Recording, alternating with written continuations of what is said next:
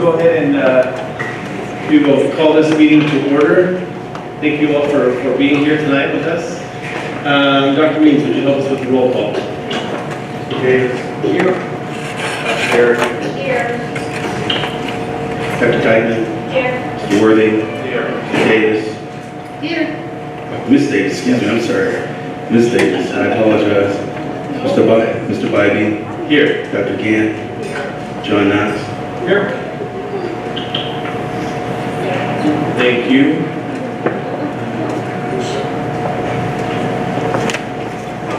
Would you all please stand and join us in the Pledge of Allegiance? Sorry, the silent meditation followed by the Pledge of Allegiance.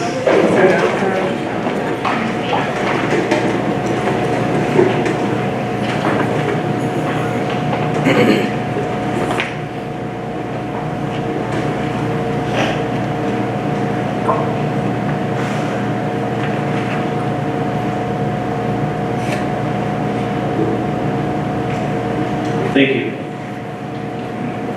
Allegiance to the flag of the United States of America and to the republic for which it stands, one nation, under God, indivisible, with liberty and justice for all.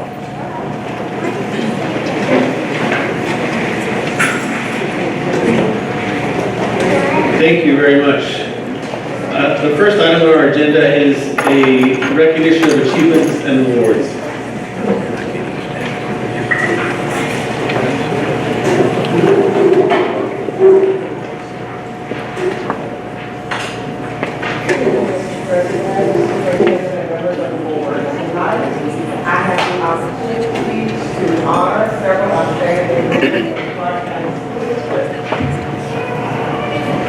We have several that are being recognized tonight, so in the interest of time, rather than handing out certificates individually, we're giving them out by group to their organization sponsors, and then they will give the certificates out in the back at the end, but we will call up each student individually and have you come up, shake hands with Dr. Means and the board, and then Ms. Wigwire will have certificates ready for your sponsor, or if you're an individual, she will give that to you. We will begin with our May Better Everyday Award, and for that this month we are excited to have Ms. Carolyn Smith from Barnett Shoals Elementary School.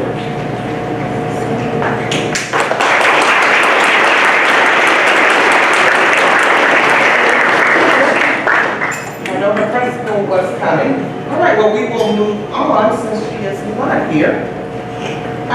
Next, we have our Young Georgia Authors. The purpose of the Young Georgia Authors writing competition is to encourage students to develop an enthusiasm for and expertise in their writing, to provide a context to celebrate their writing successes, and to recognize student achievement in arts and academics. This prestigious competition has been engaging Georgia students for more than 20 years and is open to any student currently enrolled in Georgia Public Schools grades K-12.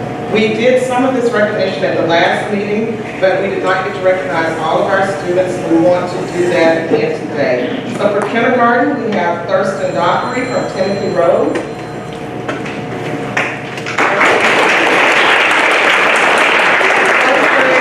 Davion Shoulderbrandt from Alps Road, and I know Davion was here before. Here you are.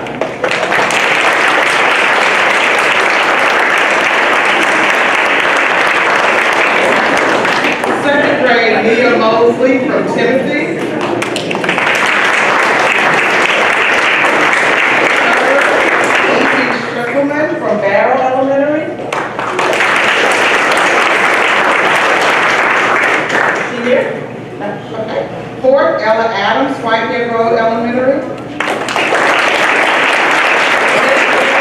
Alexandra Odura from Barrow Elementary. Maine Jr. from Clark Middle. Seventh grade, Lillian McCreevy from Gilfman Middle.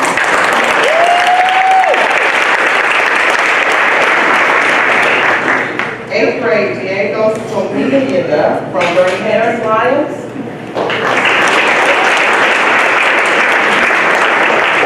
Ninth grade, Gretchen Hinger from Clark Central. Lane from Clark Central. Hellmans from Clark Central.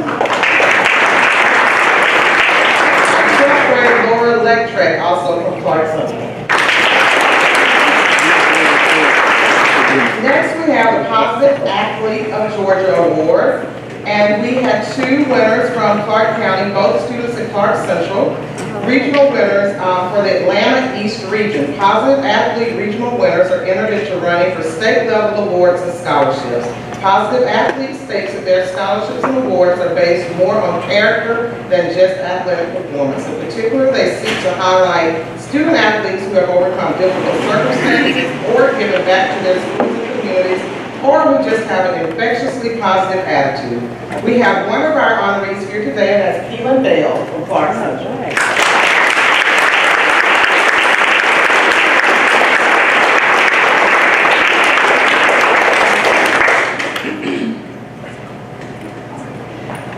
And our other honoree is actually Miss Zaylee Gant, and Zaylee is not here today because she won sectionals for track and has competed at the state track meet today in Carrollton. So we will recognize her in a minute.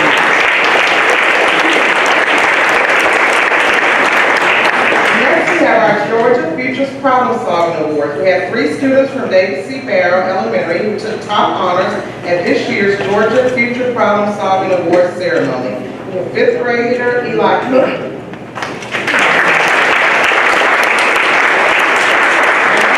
For scenario writing, Gail Abraham. Second for scenario writing.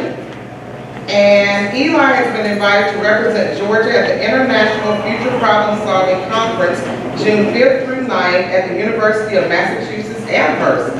So congratulations.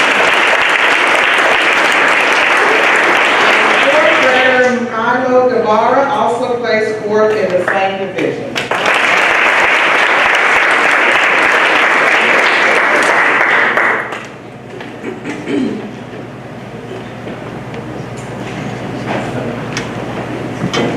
Next, we have a United States Presidential Scholar semifinalist from Clark Central High School, Mr. Andrew Mark Caldwell. Andrew here?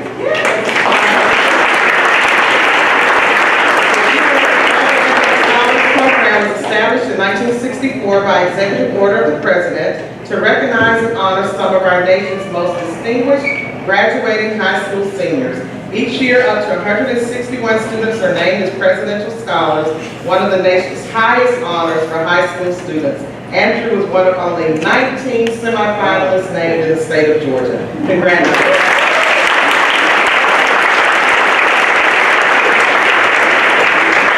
Recognizing our CCSD, FFA, and Future Farmers of America members who have made an impressive showing at the recent Georgia Agri-Science Fair. From Houston, we have first place winners, Ellie Crane and Coriana McCreevy.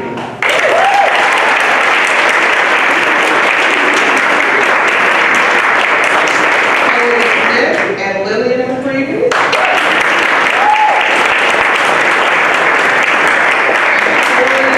And Emma McElhannon.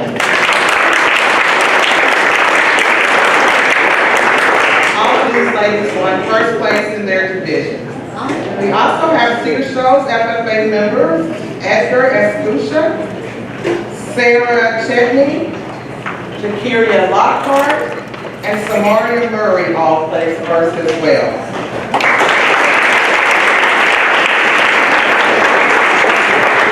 Any of our senior FFA students here? Okay, we will move on. This year, Clark County School District will graduate our first class, and this is very exciting, of Georgia Reach Scholars. The Reach Scholarship Program allows academically promising students throughout the state to receive the social and financial support necessary to achieve post-secondary success. These students became Reach Scholars beginning in the 8th grade.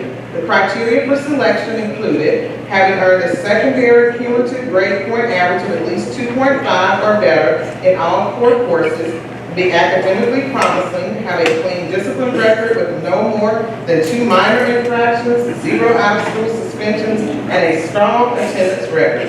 These students have maintained an excellent academic record for all 4 years of high school, and we commend them for being our Georgia Reach Scholars, the first from Clark County to graduate. So we have 3, Trenton Watkins from Cedar Shoals High School.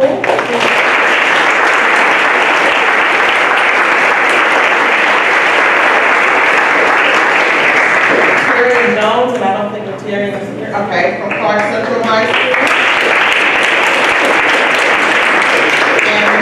Rodriguez.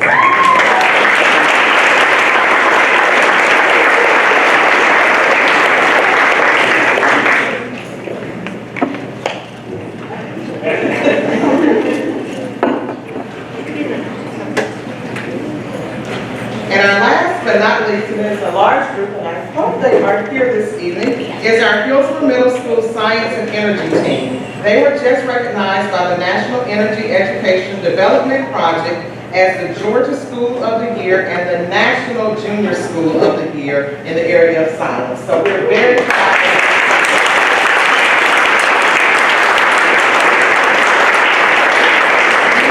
Thomas Peters, who's a former Hillsman SET member, who is now Need Youth Staff member.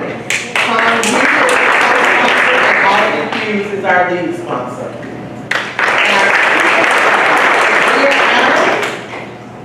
Christina Ogwin, Michael Britton, Tyler Brown, Andrew Chain, Austin Chain, Daniel Choi, Ruby Corona, Nathaniel Dotz, Aiden Dowling, Adam Fisher, Adriana Gonzalez, Lily Hefner, Azarian Hopper, Ava Jansen, Miles Jernigan, Annie Johnson. Okay, I am going to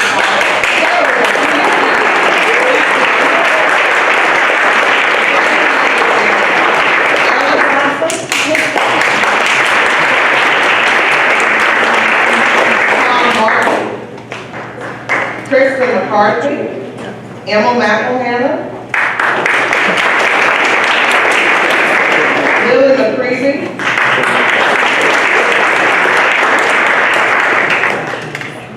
Samantha Mifflin,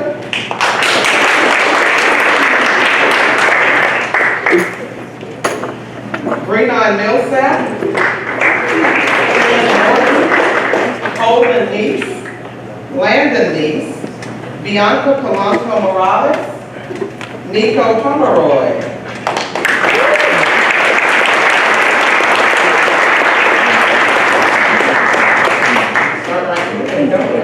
Anthony Sarr, Avery Shaw, Chloe Smith,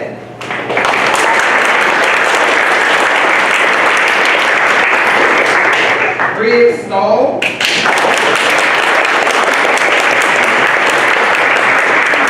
Anna Holly, Gloria Walker, Elisa Weiser, Marcus Welch, Vince Thomas Wesley, Roger Williams, Megan Wise, and Jason Zane. And this concludes our recognitions for this school year and this month. So congratulations.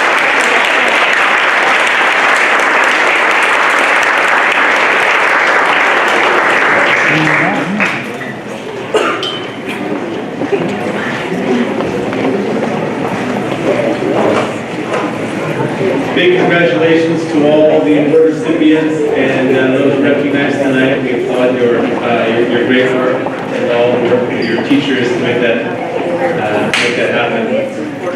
Of course, you're welcome to stay for the remainder of our board meeting, or if you have some place to be, that's okay too. Won't hurt our feelings too much.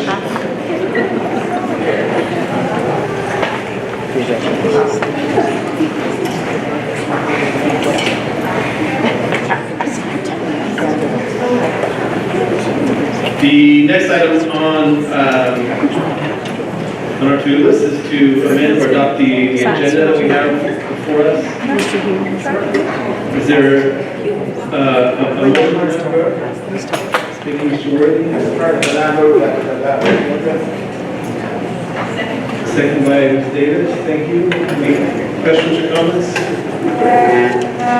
All in favor?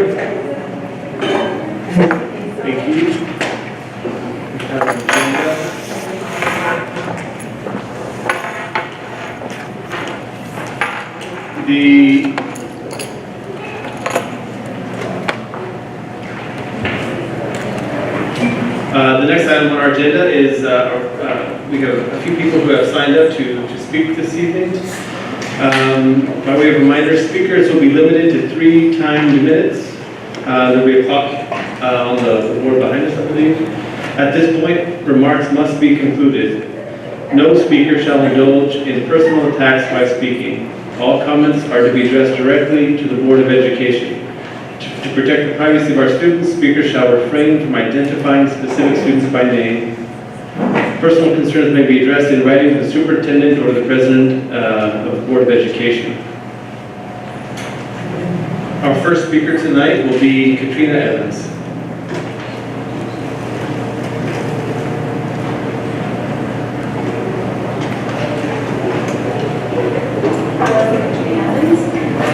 Regarding the community engagement policy, I believe that this is a waste of time for the board. I realize that personal interaction would still be allowed, but really, most of you have doctorates and all of you are well-established public servants.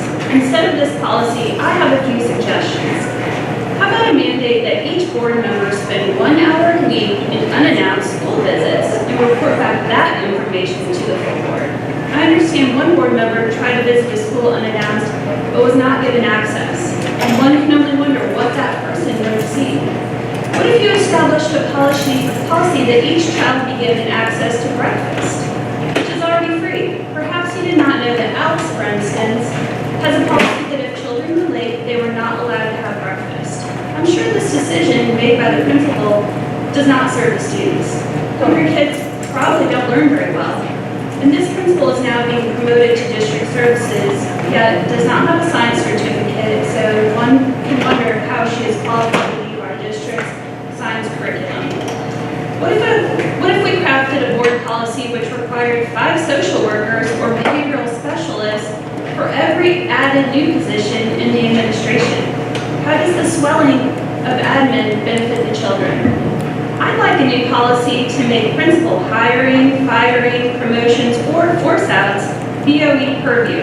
These are critical staff and likely have a bigger impact on students than really any of us in this room. Or could we focus on our current policies a little bit better? The student code of conduct being reviewed tonight includes academic dishonesty. Intentional plagiarism and dishonesty is certainly a punishable offense with our students. Is that an offense for administrators? Or is that similar to the conflict of interest policy, subjective? In our quest to actually get better, I'm asking you, the Board of Ed, some tough questions. And I'm also asking you to talk to teachers, talk to parents, talk to principals, talk to community partners. We're here 2 years into Dr. Means' position, and if a thorough evaluation is to happen, I do hope you've spoken to a broader community for feedback.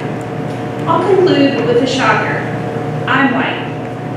I'm also, I suppose, privileged, but I am very concerned for this district, primarily for kids that do not look like mine.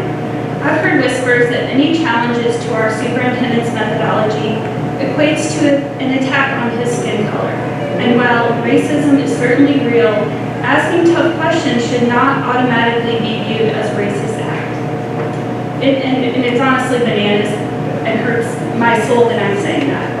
I don't agree with many district policies, but disagreement is part and parcel with a high-profile position, especially in this era of local activism. And so with that, I thank you. Thank you. Our next speaker will be Mocha Jasmine Johnson.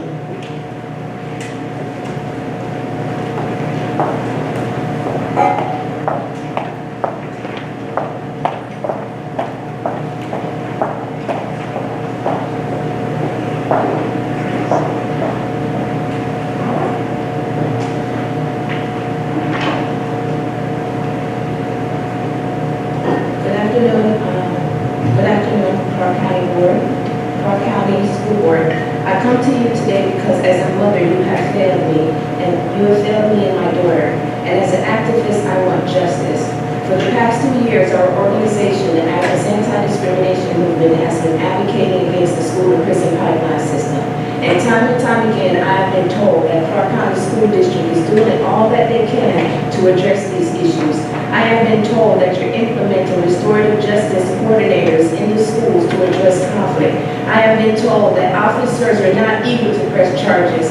I have been told that parents and community leaders need to be more involved. I have been told that we need to follow the process. Well, I am tired of being told, because none of those things prevented an Athens Clark County school officer from pressing charges for disorderly conduct against my daughter. I need immediate action. I need immediate action. Because while I am being told our children are being shuttled into the criminal justice system, on April 28th, my daughter got into an altercation off school campus. On Monday, I returned my daughter to school, even though I was reluctant to return her to school because I was afraid that she would get into another altercation. As a community activist, I walked her into the school and I went to her counselor and I allowed my daughter to explain what had happened to her. They were testing that day, so I left my daughter at the school and I had confidence that it would be taken care of. By lunchtime, my daughter and the young lady got into another altercation. When I returned to the school, not only was she suspended for 2 days, but charges was also pressed against her for disorderly conduct. When she returned to school, she still haven't gotten any restorative justice or any type of alternative to avoid these girls from fighting again. So I want to know, where is the justice? If you're trying to make a difference, then where is the justice? You say that restorative practices are in the schools, but I'm telling you, it is not working and you need to do more. And this system is broken. And because I have these few minutes left, I'm going to ask you again, where is the justice? I followed the process. I've supported Athens Clark County school system, and I want to know, where is the justice? I've done everything in my power to try to support y'all efforts.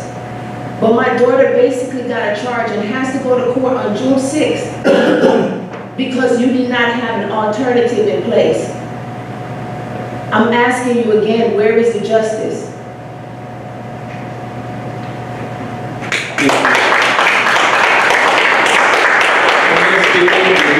Sharif Jackson. Is Sharif Jackson here? Then our next speaker will be Noah Johnson.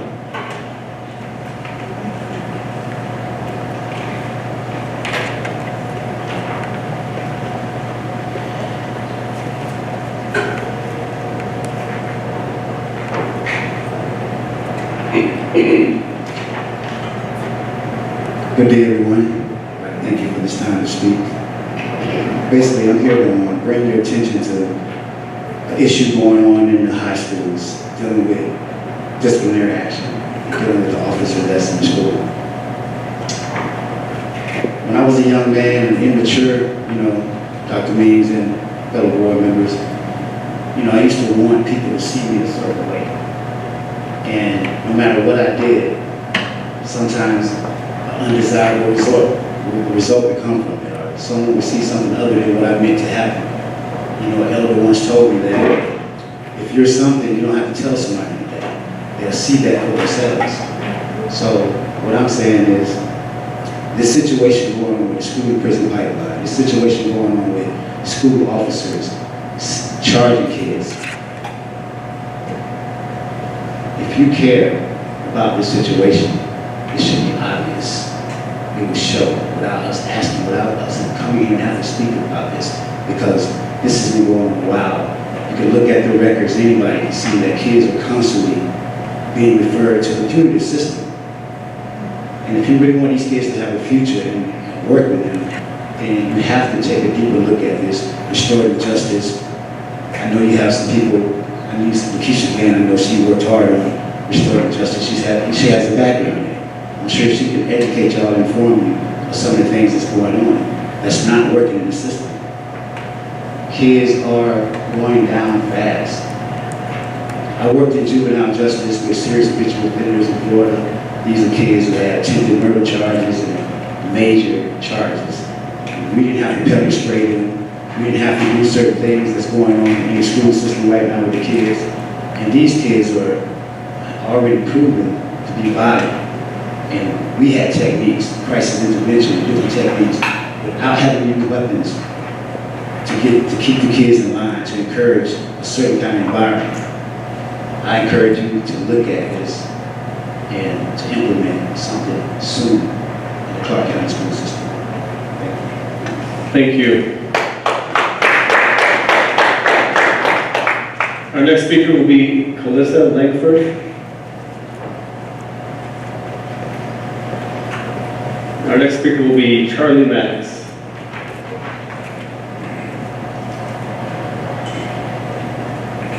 My fellow citizens here in Clark County Board of Education, got the name tonight from up here. As I listened to the previous comments, it just makes a stronger case for what I'm talking about. I'm not in the ins and outs of all the things, but I saw the wonderful results of my kids, and I hear some of the problems. But that tells me that we need all the resources that we have. I have here 960. There's probably 1,000, but being on the preacher side, I want to keep it under that. I don't want to overestimate what we have. But these are people that are backing the policy of keeping all of our resources, and especially West Broad Street, as a viable alternative for some of the problems, some of the things, some of the rewards that we have that's available here in this school. Each one of you, I respect you for doing this. Some young lady asked me, well, don't they get paid? I said, not nearly enough for this. So I understand the undertaking, but your responsibility, and I hope I don't need to tell you that, is for the kids, the children of Athens Clark County School. It's not for anybody else. You have no allegiance to anyone else except your role and responsibility to provide the best for the kids of Clark County. In reviewing the entire proposal that Dr. Mean put together back in November, I think it's a wonderful program, and I want to see one challenge to it. And I understand people having different ideas, but you as the Board of Education, your sole responsibility is making the best decision for Clark County school children. And that best decision is to use all the resources at your ability, all the tools, all the space, all the everything. And so these are 960 people from Athens, Duffel, Vernon, Harris, Clark Central. It's even from a former board member that sent in and said, this makes no sense. We need to be about the business of taking care of our kids. And we need more resources, we need more space, we need more of all of this in order to do that. So I urge you, as you look at this, you've hired this man to lead you, and he's come together with a strategic proposal that many of us have read in depth. I don't agree with everything. I don't agree with everything anybody says except these. So I'm saying, but as a board, all of those things are directed to making Athens Clark County a better school and to make your job a lot easier. So I urge you in your deliberation and your contemplation on what needs to be done, keep your mind, keep your eye on the goal, and do what is best for Athens and Clark County children. Thank you. Mr. Chairman, I have these here for you. Thank you. Our next speaker will be Brent Andrews.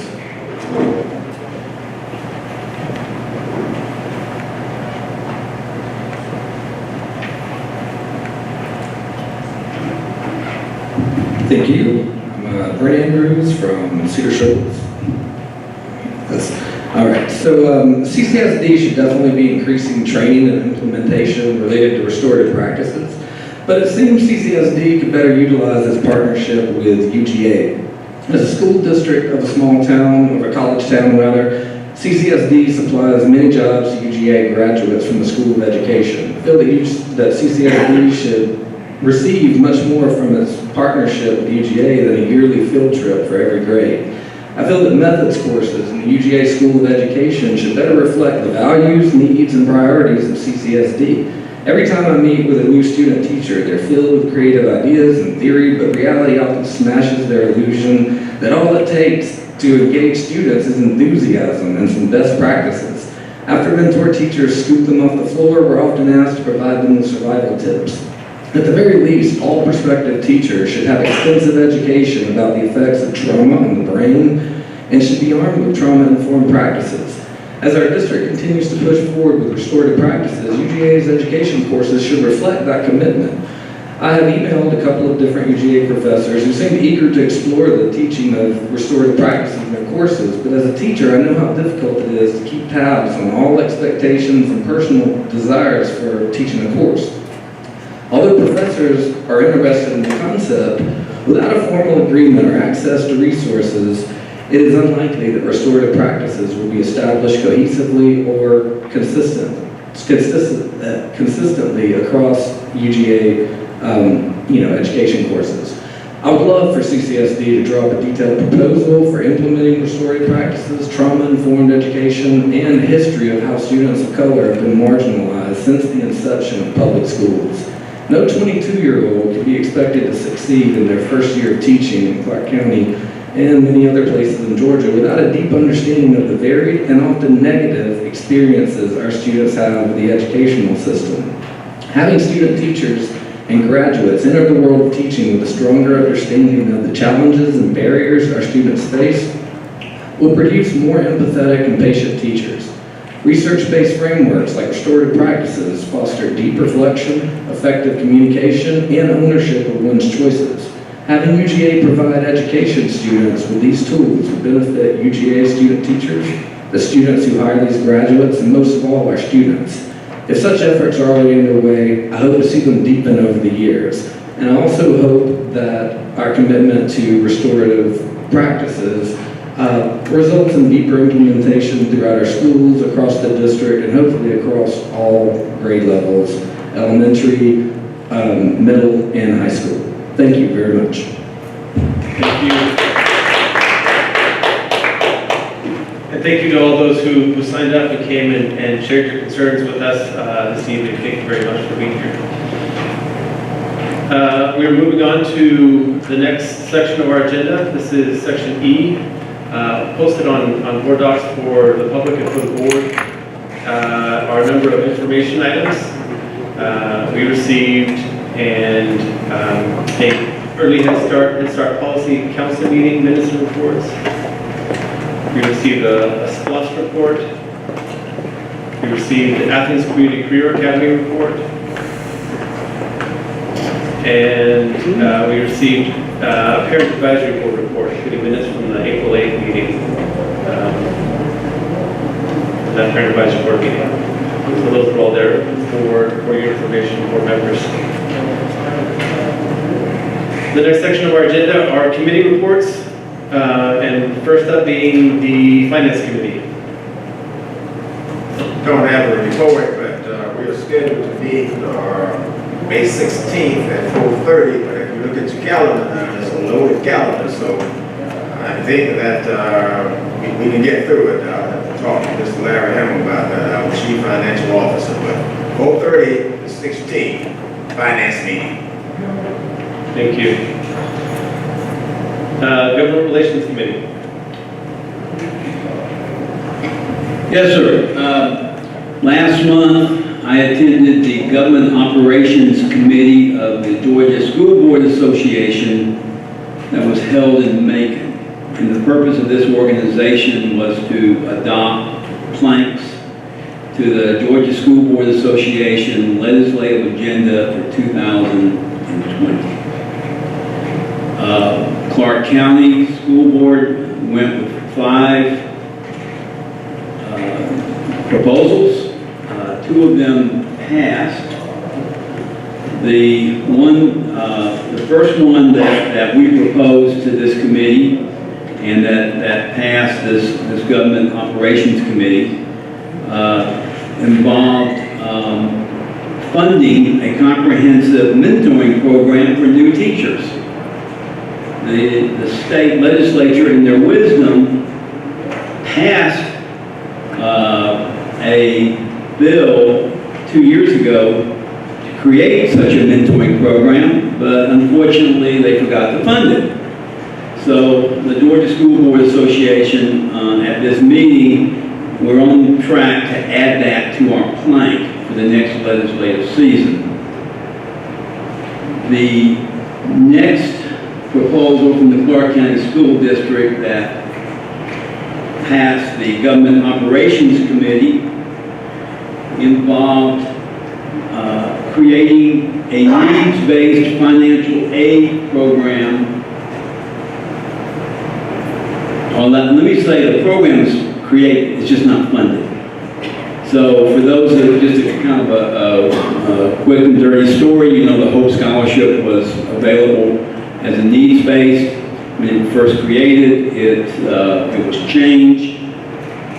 And then the state legislature, looking at the numbers of children who are being able to have their tuition paid for, decided that we needed to kind of equalize things a little bit. So they did pass a needs-based financial aid program, but we're asking that it be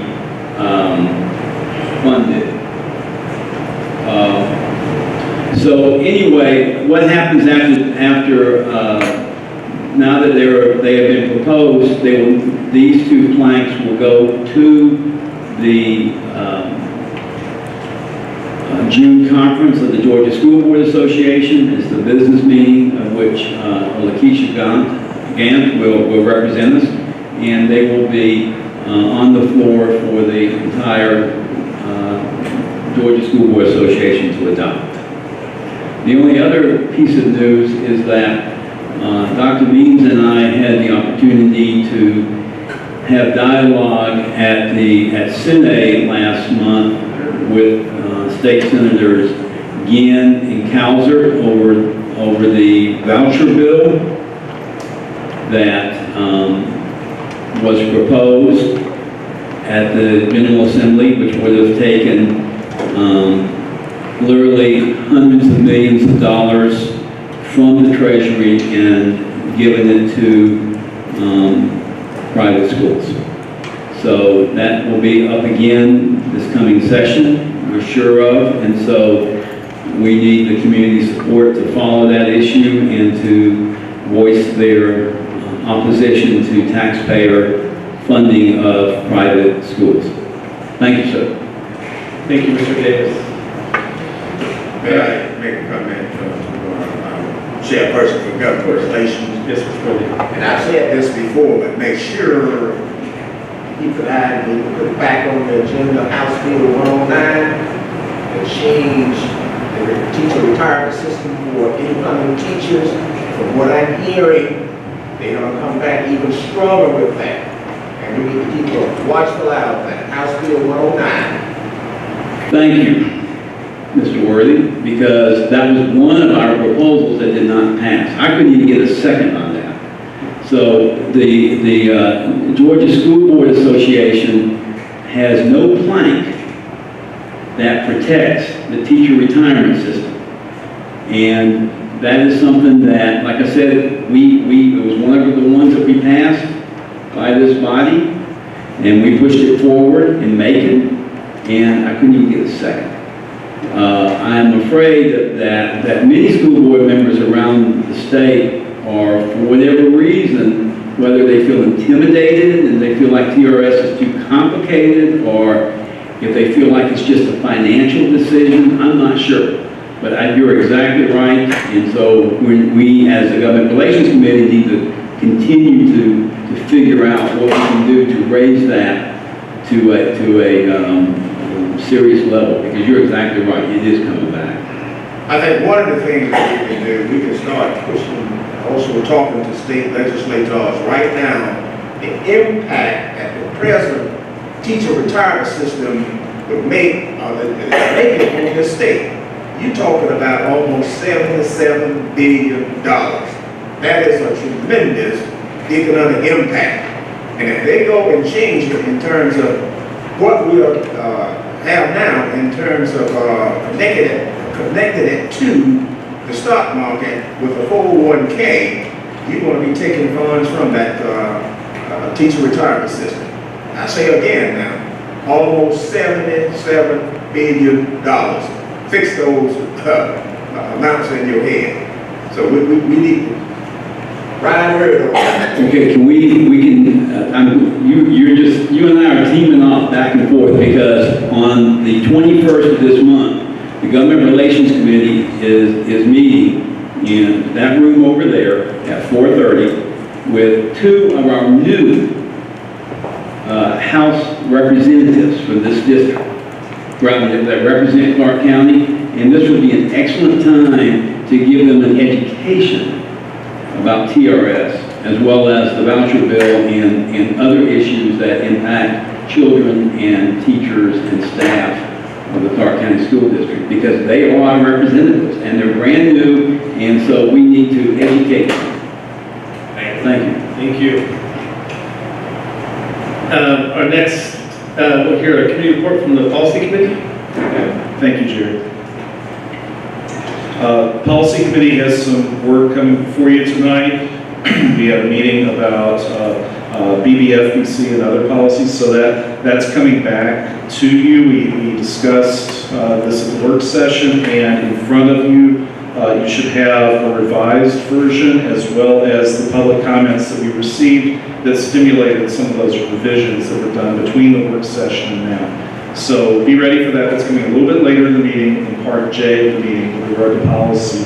And I'll just flag that May 16th is a very busy day for us. That's the day also of the next Policy Committee meeting at 8:30 in the morning. So we have, on my count, we have policy, finance, retreat, and Classic City High School graduation all on that day. I'll stop there. Dr. Lynch.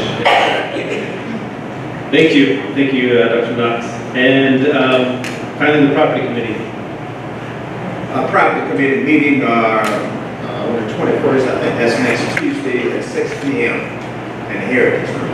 Policy Committee, I'm sorry, Property Committee meeting. Thank you. And the Board of Education also serves on several boards in the community, and we'll go now to a moment where we can report out on the work that we're doing on a variety of committees out in the community. The first being the Athens Area Community Foundation. Okay. So I went to the board meeting of the Athens Area Community Foundation on April 30th, so just a couple weeks ago. And I first wanted to just give a brief overview of what the Athens Area Community Foundation does, in case you don't know. Their mission is to work to help passionate donors leave permanent legacies, foster strategic philanthropy, and shape effective responses to community needs through collaboration. And what that means is the first part was to help donors, so people who have money to donate, but they're not sure where their money would best be used. The Athens Area Community Foundation can work with them and help them and partner them with places or grantees who need the money. The second part, strategic philanthropy. If a donor does not specifically advise, so if a donor doesn't want to be involved in the process, then they can donate money, and then the Athens Area Community Foundation will determine the community needs and use that money for whatever current community needs there are. And in that way, they're flexible and responsive to current community needs, and people can leave money, they can leave it as a legacy so that they know that their money is always going to go and support whatever is the greatest need of the community, even if they don't know what it is at the time of their death, usually. And then the collaboration, they work with community partners, including the school district, to help determine needs. And that is where we come in, and why we have a board representative on their board, is to help them determine what the educational needs are of the students in Clark County. So at this meeting, there was a presentation by Terry Mazzini, who's currently with the Community Foundation for Greater Atlanta. He was formerly the president and CEO for the Chicago Community Trust, which is a 100-year-old community trust. And just for reference, the Athens Area Community Foundation is just 10 years old. So it was really nice to have a representative to come and talk about, give some advice and offer perspective for a young community trust. The Athens Area Community Foundation has about $10 million in donor funds and also endowment, and since 2008 has given out over $4 million in grants. Another important thing to note is that on July 30th, the Georgia Grantmakers Alliance will be coming to do a site visit in Athens. They're interested in the Athens Wellbeing Project and how the Community Foundation is able to use the Athens Wellbeing Project information to help them determine community needs. So there will be a lot of possible funders from around the state that are coming to Athens on that day. And they will visit the College of Public Health, Creature Comforts, and the Morton Theater. And then the next meeting will be on August 27th. Thank you for that report. Next, we'll hear from the Community Oversight Committee. We have not met since the last meeting. We'll be meeting on May the 14th. The last time we talked about the process, the progress of our schools. Of course, one of the big questions in the room was regarding West Broad. So I'm looking forward to our property committee meeting and more discussion on that. Thank you. Next, we'll hear a report from Envision Athens. So Vision Athens met on May 4th, the monthly meeting. There was a restructuring done based on where the project is today. We now have 3 different committees, and I sent you guys the minutes from that as well as the new operating agreement with Envision Athens. We're up for reviewing our funding. Then this year we'll have that conversation with our committees. The 3 new committees are budget, outreach, and work plan. That more closely aligns with the work that's actually underway managing the 14 initiative areas of the 108 initiatives for Envision Athens. I think it's going to be a lot easier for next year, so I know somebody has their eyes on this spot in Envision Athens, so get with me and I'll make sure I get you any additional information. You don't have to wait until next year to get involved. We have volunteer opportunities throughout the year where we go as ambassadors to represent what we're trying to do with Envision Athens. So if anybody wants to get their feet wet, jump right in. Thank you. And I just want to take a moment to recognize one of your colleagues on the Vision Athens board is also on the board of the Career Academy here. This is Mr. David Bradley. Welcome and thank you for being here tonight. He wears a few hats around town. Next, we will hear a report from the Foundation for Excellence in Public Education. I was not able to attend the Board of Trustees meeting in April. So I thought maybe what I could do, because we all get so much information, is that I would just remind folks that Mary Woodwire sent an email about the Federation, about the Foundation for Excellence in Public Education grant applications. So if you'll check staff, if you'll check your inboxes, then you will see an email that is about the grant applications. They're accepting applications for a variety of grants available in 2019. These are awarded in $250, $500, and $1,000 amounts that Clark County School District personnel may apply for. The submission process is entirely online, and in fact, there is a template attached to that email, and the deadline is actually May 24th, so it is coming up. But you can go to their website, athensffe.org, and click on the Grants tab to find more information. Thank you. And finally, the Georgia School Board Association. Nothing to report right now. In a couple of weeks, I'll be going down to Savannah to represent the school board, and I think before then, Mr. Davis and I will get together to be sure I know what I'm doing. But basically to represent and be a voice, and I would imagine vote for the initiatives that have been put forth by the Georgia School Board Association. Great, thank you. Sorry, we usually have 2 people. Yeah, this year, I think it'll just be me. Yeah, we had, I didn't mention this, I only mentioned victories tonight, but we had the vote for the District 11 director, and it went to the representative from Oglethorpe County. And so, in the past, Vernon was that person, so he would go down, and then Movita would do what we represent the board. So, since we no longer have that position, we don't have that seat.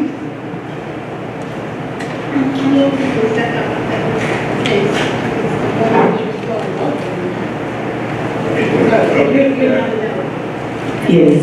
You're also something with GSD right now.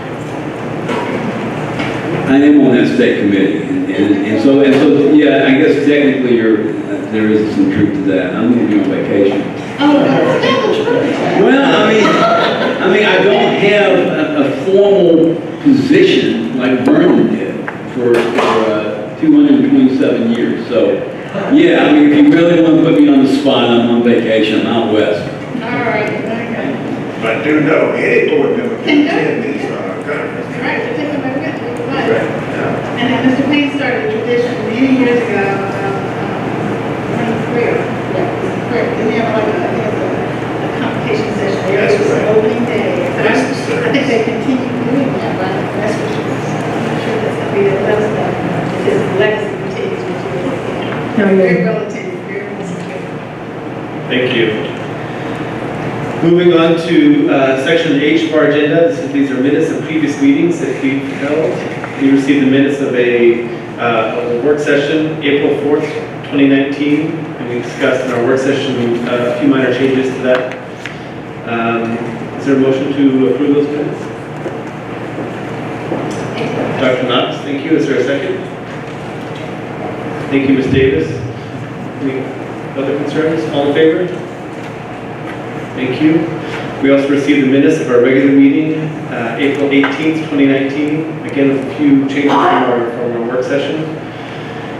Is there a motion to approve these minutes? Mr. President, I move that we approve the regular meetings, which was held on April 18th. Thank you, Mr. Worthy. Is there a second? Thank you, Ms. Davis. Any questions from those minutes? All in favor? Thank you. Moving on now to section I, financial report. Mr. Hamel. Good evening, Dr. Means, board, staff, public. Tonight we'll be talking about the March 2019 financial statement. Financial statements first.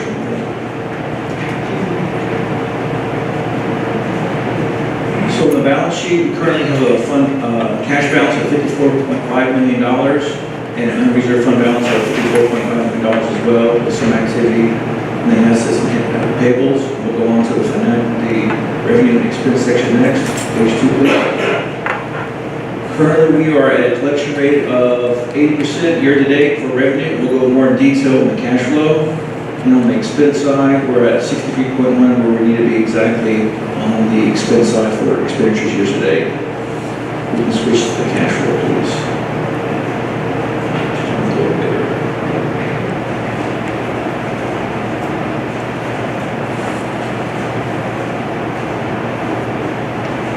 On a budget of $150.1 million, we've collected we're projected to collect 150.9, which means we are going to be over budget for collections of $819,000 or 0.546%. On the expenses, we have a budget of $151.38 million, and we're projected to spend $150.59 million with an under expenditure of $793,000 or 0.524%. If you combine those together, the savings and non-expenses equal to 1.6 versus the deficit of 1.2. Right now, we're projecting a surplus of $375,000. The KPIs, as you can see here, the cash position for 2019 is slightly ahead of where we were in 2018. It has been all year long, as well as the fund balance has been slightly ahead of 2018 all year long. On the income collections have been on par with 2018 year-to-date. The expenses are slightly ahead because there was a large increase in the TRS percentage that we had to pay by 4% last year. Income for the month of March was about $6.7 million. The majority of that income in purple is about 5.7, which is QBE funds. Expenses for the month of March 2019 was a little over $12 million, and the largest expense was instruction at 7.8. Budget for actual revenues, as you can see, the black line is the projected budget, cumulative year-to-date, and you can see the red line is slightly ahead of that. And on the budget actual expenditures, the black line is the budget amount, and the red line is actual expenditures. You can see it's right on, exactly on par, slightly below. For 2018, we start off with a balanced budget. And you see that we've gone up and down for the last 3 months of January, February, March. We pretty much have hit a plateau. And right now, we're projecting that surplus of $375,000. And that is the financial statements for March 2019. Is there anything you're going to show us that you know that we're going to do? We are working on April's right now, and by Thursday of next week, we should have a good indication where we stand with April. I like the number 6. Yes, ma'am, I understand that. Any questions for Mr. Hamel on our financials? I'd like to entertain a motion to approve the financial reports. Dr. Knotts, moved by Dr. Knotts. Thank you very much. Is there a second? Thank you, Dr. Berry. All in favor of approving the financial report? Thank you. Next up, we have board budget 2020 presentation.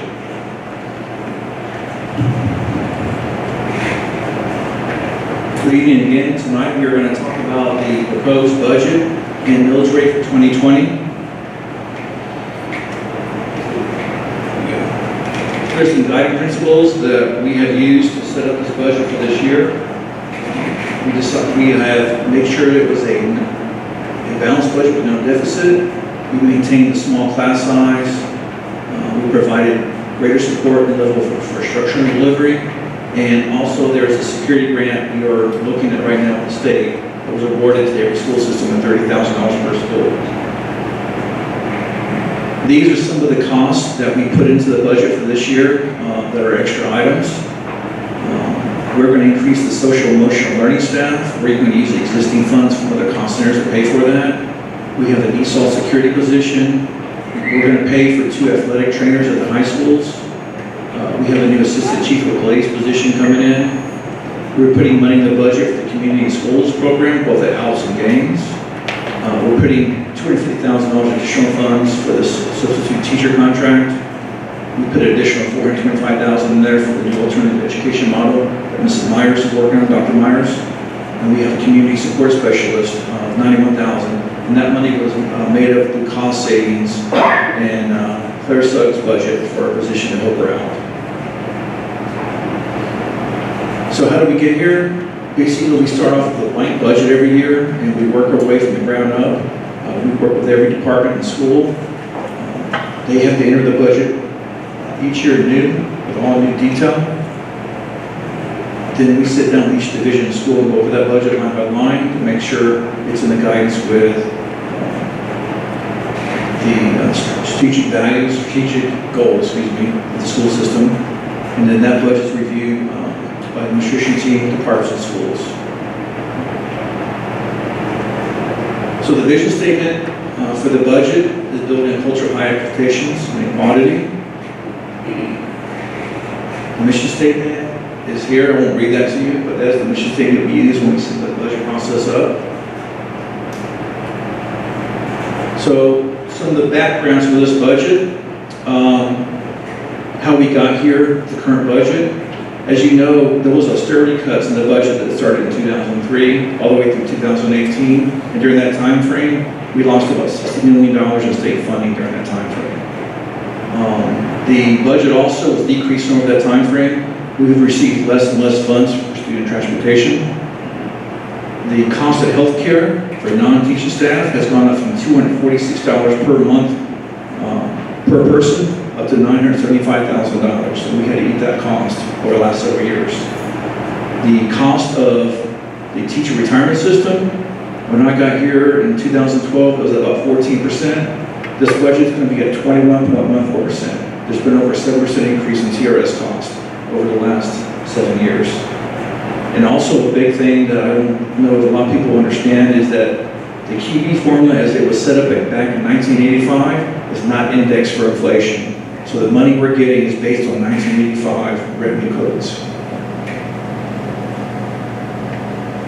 So some critical investments we made in this budget was small class size, school nurses, our art, music, and physical education teachers, social workers, social psychologists, and paraprofessionals. Just to give you an idea of how small our class sizes are, to your far right, you'll see the Georgia Department of Education class size maximum, and these are the ratios we have at each grade level.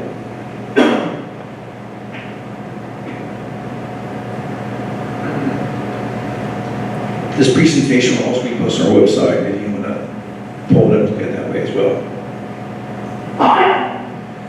So the tentative budget includes several different things. The local tax digest, we have a projected growth of 7.85%. That's the largest growth we've had in the last 7 years. The state revenue has about $4.7 million in the budget being sent to us to cover the cost of the $3,000 increase for certified employees. We have a step increase cost for all employees of about 1.4. We're providing a 2% salary increase on top of that for all classified people of about $454,000. The teacher retirement system cost increased about 2.2 based on the current increase in the TRS rate. As you can see, that rate increased 20.9 to 21.14%. The current budget as it is presented today will be an increase of about $14.6 million over last year's budget. We're proposing to keep the millage rate at 20 mils, and that would generate approximately about $82.2 million. This is just a comparison overall by the different categories for revenue between 2018, 19, and 20. The total revenue projected is $164 million. Last year, the board approved to spend funds out of fund balance for ELAA. That is a multi-year approval. So there is a cost of $688,000 in the budget that will be covered by fund balance. So the total amount of revenue and funds available for 2020 will be $164,699,000. This is just a breakdown by the revenue type. So we have ad valorem tax, other revenue tax, the title ad valorem tax, which is the car tax you pay now on your cars when you buy them, state income, federal, local, and then the fund balance. As you can see, one thing I do want to point out, does this do the little laser thing? Is it on the slide? There we go. For the first time, for the first time, I think I got that backwards, guys, I apologize. This should be, where it says ad valorem, that should be state, and where it says state, that should be ad valorem. We'll make that correction before we publish it to you. But where it says state, that should be ad valorem. Right now, we are going to collect more money from ad valorem tax than we will get from the state. Prior to this year, it was more like 48 to 46. As you can see, we're up to 50% now. So between those two categories, we're earning almost 95.5% of our revenue from those two sources. Also, to give you an idea of how our property tax has changed, if you were to take the amount of property tax collected from 2014 to 2020 and divide it by the 20 mils, you can see that back in 2014, we were collecting about $3.2 million per mil, and today we're almost at $4.1 million. Just to give you an idea of how bad austerity was, back in 2014, the state withheld $8 million from our budget that we did not get from the state. And that was at the worst point of the year. The difference was, in fact, 2014, 13, and 12 were $8 million each year for those years. 2020 will be the second consecutive year in which we won't have any austerity. One thing that my Dr. Means and I have talked about is, and as well as maybe we need to talk to the board about it, is that they can do this to us, why can't they go up and make it pro-austerity and give us money back? The 5-year tax digest. This is the tax digest that we have to publish in the paper. This will be published about May 17th in the Athens Banner and Herald. As you can see, back in 2014, we had about 1.8% growth, 1.75 in 16, 3.41 in 17, 5.11 in 18, 4.67 in 19, and 9.13 in 20. As you can see, the growth rate is greater than what we're projecting in the budget, and the reason is this. The big increase in the tax digest, almost 90% of it is reassessment in your home values, and we feel that there's a good chance that the amount of appeals that will go on will decrease the amount of money that we get. That's why we're being very conservative with our tax ones. So just to show you the disproportionate amount of money we get between ad valorem tax and QBE, as you can see, the blue line is what we get every year from QBE, and the red line is what we get in property tax. As you can see, that difference has increased every year forward. Also, to give you an idea of how much little money we get for transportation, the blue bar graph represents the money we get from the state to offset the cost in red. That cost in red is what the salary and benefits are for transportation. So we're spending just a little bit over $7 million, and we get just right at about $1 million every year. So some of the things that are not covered in our budget, the QBE funds. Nursing, we earn about $272,000, we spend about 1.2. So there's about $965,000 we're not getting from the state to help with that. Transportation, a little over $1 million, we're spending about $8 million in total. So we have about $7.2 million we're not getting from the state. Classroom teachers, between what we earn and what we have, we're about $2.3 million short. Specials, teachers, art, music, PE, none of them are funded. We're having to pay about $9.3 million for those positions. Social workers, we earn 521. We currently have 9, that's about $284,000. Same thing, school psychologists and counselors cost us a lot over $300,000. This data that we're looking at is based on the 2019 QE worksheets. The 2020 worksheets have not come out. When they do come out, we'll update this screen for you. QE to general fund comparison. In order to be fully funded, the school system has to have 3,300 FTE. Elementary have to be 450, middle 624, and high school is 970. Currently, we have 5 schools that are not at 450 FTEs.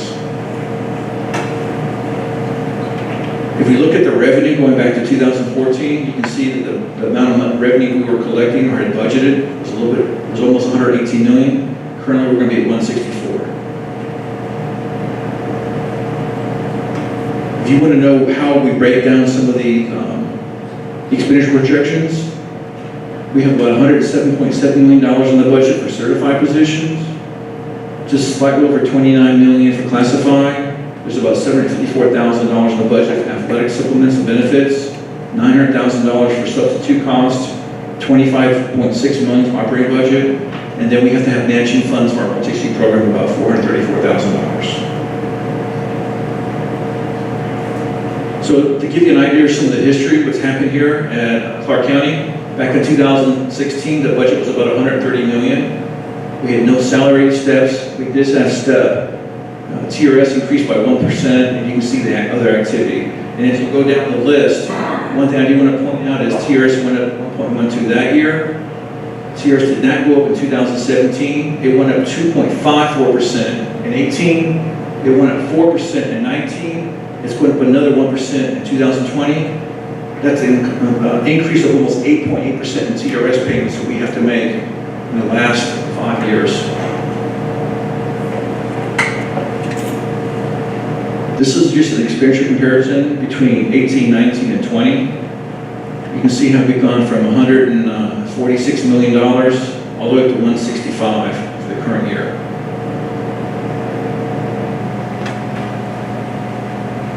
So what we're trying to do here is just kind of give you a breakdown percentage-wise of what the budget looks like by different categories. So the first thing we'll point out is that currently under the budget, about 86.54% of our cost is personnel, and only about 13.46% is operational. We'd like to break down the different cost function levels to areas. So all these items here add up to an instructional cost. Our maintenance operation is about 16 million, transportation a little bit over 9, school admin over 9, and then you have the support functions like general admin, business, and central support, which are non-school admin costs of only about 6 million, for a grand total of 165. So instructional costs makes up about 75% of the budget, and your non-school admin is only 4, school admin 6, transportation 5, and maintenance operation is 10. This is just a table to give you an idea of what the expenditures have done over the last several years. We started off with expenditures projected of 120 million, a budget of 120 million back in 14. And currently we're at the 165 number. If we were to compare that year to year between revenue and expenditures, what it looks like is we're over budget. We're budget deficit in 14, 15, 16, 17, and 18. 19 was the first year we balanced the budget, and this year it balanced as well through the use of revenue and fund balance. We do not have all the 19 budgets completed because that's an ongoing process because the federal program years are offset from our years. But we went back and looked at 2018. You notice we collected almost $20.1 million in federal funds. The three biggest areas are Title I, which is about 7 million, Special Education Cluster, your 6B, almost 3 million, and if you look at Head Start, Early Head Start at 3.5, and then also Right from the Start 3.5, that's about $7 million. That's our pre-K program. If you look at 19 positions that we currently have, we have about 80 positions that are state funded, 211 that are federal funded. If we did not receive any of these state or federal funds, we wouldn't have any of these employees. State funds make up about 20% of all the state and federal funds we get, and federal is about 80. We like to call this the Pac-Man slide. For those of us who date back to the 1980s, I'm telling my age a little bit here. But anyways, if we go back and look at percentage of the budget between federal, state, and general, which is about $184.8 million, general fund makes up about 89% of all the budget we get, federal funds make up 9%, and state funds make up additional 2%. So currently back in 2014, we had about a $25.7 million fund balance. As you can see, it went up a little bit in 15, slightly more in 16, took a dive in 17 a little bit. And if you look between 17 and 18, you see a large increase. That was the year we sold the Mitchell Ridge property for about $2.7 million. And currently it has gone up a little bit from last year as well to this. So currently if the trend holds of about $375,000, we should end the year up close to $30 million in fund balance. So let's recap what we just looked at. The revenue budget is $164 million. We're authorized by the board to use $70.7 million for ELA, total expenditures of $164.7. Based on revenue projections and fund balance, the budget will be balanced. How do we get here? TRS increased from 20.9 to 21.14. We've got step increases for both certified and classified salaries. Certified increases of 3K per teacher for the governor's state budget. Classified has increases to 2%, and there's no austerity cuts. So just to clarify, classified employees will both get a step increase and a 2% raise. Teachers will get a step increase plus a 3K raise for every single position. Future dates. Today we're proposing the budget and the millage rate. There will be 3 public meetings, May 28th, 30th, and June 4th. Those ads will go out soon. We will have a board meeting on May 23rd for Q&A questions for the board. We approve the final budget and the final board on June 13th. Dr. Means and board members, that is the presentation for the millage rate and the budget for 2020. Mr. President, board members, yes, thank you. Comments. I want to thank Mr. Hamill for his hard work. It's been a difficult budget season in that the governor did not sign the budget until this week. If you remember last year, Governor Dill signed the budget mid-March, so it was almost 2 months. We had a 2-month advantage last year. Nonetheless, the engagement around this process has been I believe, even more transparent than in the past. We had a community session at Whitehead Road Elementary School on April 2nd, and this shell presentation was provided to the board at a work session on April 4th. We are recommending an opportunity for the board to ask additional questions on May 23rd. I felt, having gone through this process the first year, last year, that you didn't have enough time as a board to dive into the budget. So we want to present this to you as an overview tonight. The binders, if you are more of a paper person, will be available next week. We're targeting May 16th as the day where we can distribute those binders. And it will give the board time to ask, to do its due diligence and ask additional questions at this very special May 23rd day. Then we would have community sessions on the 28th, 30th, and June 4th. A couple other things you will note. I think Mr. Hannon was absolutely right. It's so often we talk about the poverty rate in this community. So we should collectively be disturbed that the local property taxes is paying the majority of paying the lion's share of what we have to invest for educating children in the school system, and it's not the state. So that is flipped, and that's very unique when you consider the level of poverty in this community, the number of students that we're working with, and it's concerning. And I think Mr. Davis and his government relations committee has tried to address this issue at the forum that Mr. Davis and I had a chance to be at. We tried to point out to our legislators that we're paying almost $7 million more in transportation costs than what they provide state funding for. I had a chance last week to go to a listening session that Governor Kemp has created around the state. And when all the state officials asked, so what do you need as superintendents? The first thing I said was more money. We need more funds. Because as I go out in the community, the first thing that staff members, community members will say is that we need more people. I would note that when we heard the report from Dr. Welch last week, he said we need to make sure that they're strategic people. You just can't have more hands on deck to have hands on deck. But even if we want to be strategic, we can't do it without more funds from the state. I want to pivot and talk a little bit, and may I see the clicker? Did you give it away already, Chris?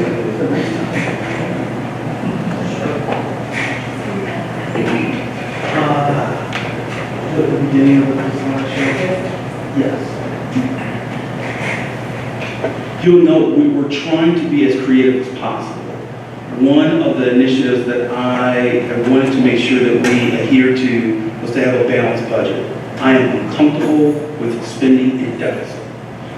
And I think there were some slides in this presentation where this community and this district has spent in the deficit in the past. I don't believe spending in the deficit. And so some of these positions are in response to what we heard from the community. The community said we need to have more social emotional learning staff. We have found the funds for more social emotional learning staff. It will have to come out of our charter funds. As a charter system, we have money that we're able to put aside to provide, and in the past we provided to local school governance teams to use for innovation grants. And working with our building principals, and it was a long process. We asked, would you rather us invest the funds in our general funding account to hire more staff in this area of social emotional learning support, or do you want to continue to have innovation grants? Their preference was, no, take the funds, let's make sure that we're supporting the kids through these positions. We've heard the feedback from the community around the community support specialists. So often in school systems, we talk at the community. We don't have someone who can embed themselves in the community and be the voice and be that liaison. And so again, through some savings that Ms. Suggs was able to find in her budget, we're very We're very proud of the fact that we're offering and proposing a community support specialist position. I think last week you heard about the third-party administrator for substitute teachers. The feedback we've received from teachers is that it's trying and it's a burden when they have to fill in and be the substitute for their colleagues when they're out. There's been a lot of rhetoric, and I would call it rhetoric, around our lack of support with our community partners. That's not true. The alliance and partnership between communities and schools, family connections, and the Clark County School District is as strong as ever. And so to that end, to my knowledge, and I've asked Mr. Johnson, who's been around for a while, so he knows, we can't remember the last time the school district has invested this level of funding to never. And so we're very proud to show that we want to have community engagement and communities and schools working with us, but we believe that work should happen at the elementary level to start. And so we're proposing our schools that have the greatest area of need, which is Alps and Gaines. There's been a lot of concern around school security. There was just another school shooting this week. I find it ironic that in our society, 20 years ago, a school shooting would have been breaking news. We've had 2 school shootings in the last 2 weeks, one at the collegiate level, one at a K-12 school, and it's just business as normal in our community. I think you've heard a little bit about policing in our schools earlier this evening. We believe that we can continue to lock in and find individuals who can provide security through a K-12 lens and not a police lens. We can not only break that school-to-prison pipeline, but actually make a stronger bond with our kids and our families. But we have to start the process of building our own force instead of relying on other outside parties, hence that position. We signed a contract with an agency to provide athletic training services to our high schools for the first time this year. In the past, we didn't have athletic training services that were consistent at our high schools. The first year of the contract, the services were provided at no cost. Now the cost has started, and I appreciate our athletic directors saying, please don't forget this line item, and we can't pick this up. So please make sure that you outline it. So I wanted to point out these initiatives that we're proposing. You may ask, well, where did the money come from for these funds or for these proposals? It came through the increase in local tax dollars. That tax digest at 7.85%. Candidly, when I made the presentation at Whitehead Road on April 2nd, we were projecting a 5% increase. Mr. Hamill works closely with Athens Clark County government, and they continue to say, no, that's too conservative. 5% is too conservative. Keep going up, keep going. You have to keep going. I think that's a credit to our local economy. So I just want to kind of round it out in terms of what we've done. The last thing I would point out to you, just 2 things I should say. One is I hear a lot about low class sizes. We have low class sizes in the Clark County School District. There are low class sizes in this district, and this slide is proof of it. And when I say we have low class sizes, I'm proud of the fact that we are able to provide low class sizes to our students. And we've done it strategically. As a former intermediate and middle school principal, I'm proud of the fact that we've identified 6th grade as a transition year in ensuring that those class sizes are low.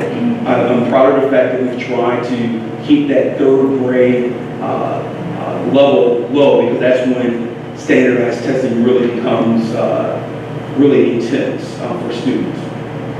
And then the last thing I would just point out to you with all the slides is this slide, which shows that we go above and beyond in this school district in terms of staffing right now at the rate of $20 million. Now let me be very clear, this is the right thing to do. This is the right thing to do, and I'm proud of the fact that I work in a school district that has this level of commitment.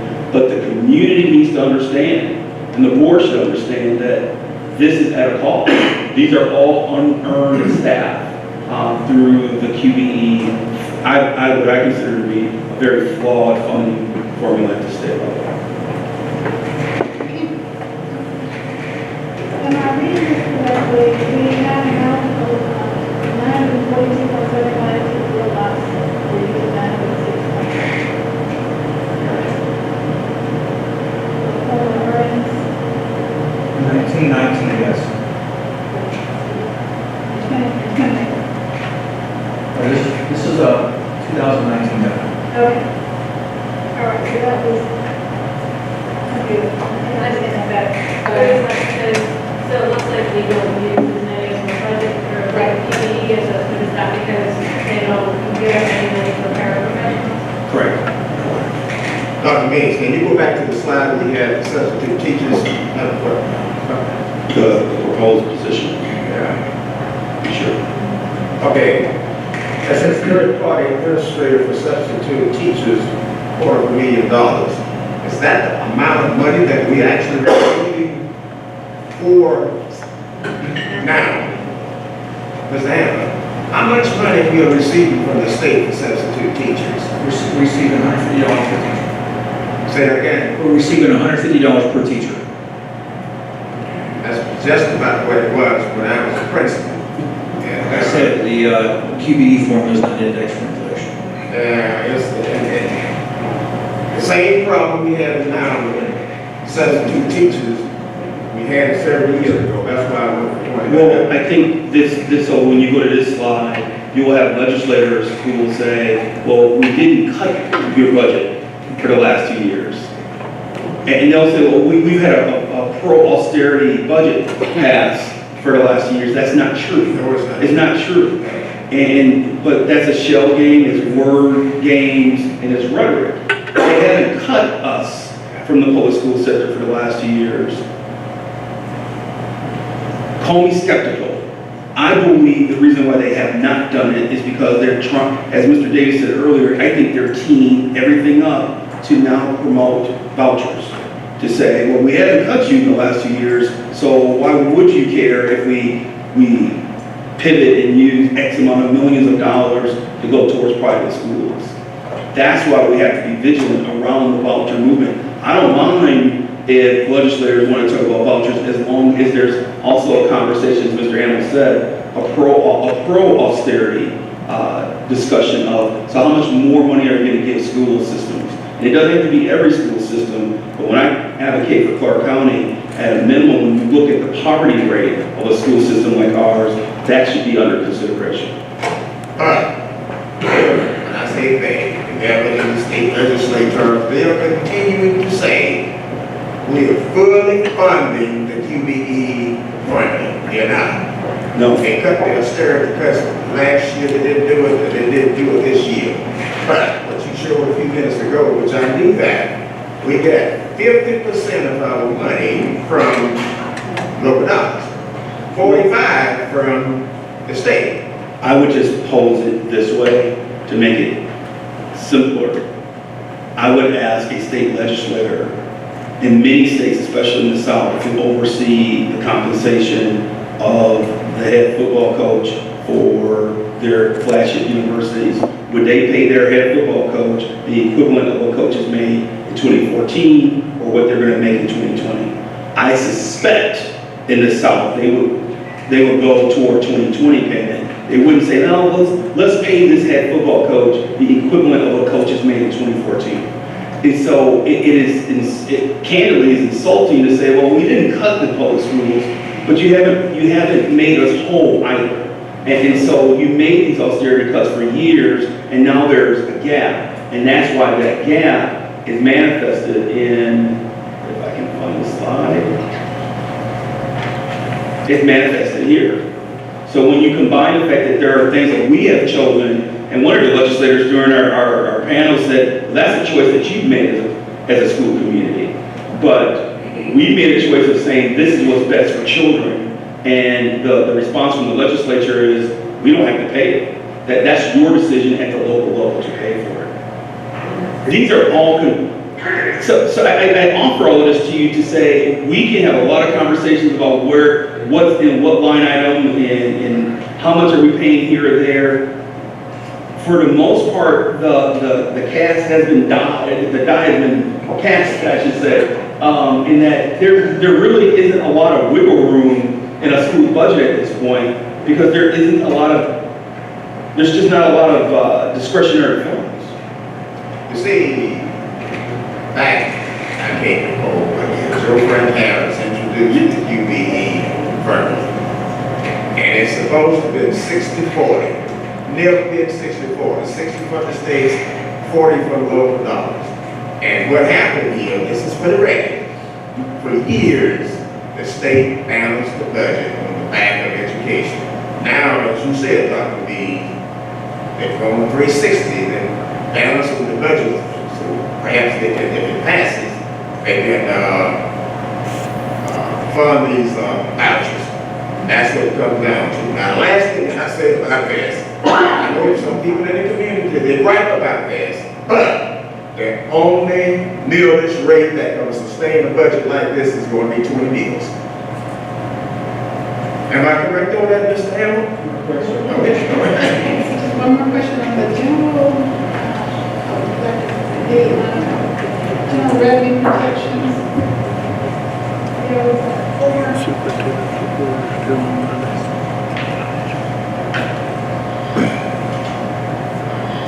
The sales fair. I think it's on general revenue, there was a chart, and it has the other one, back there.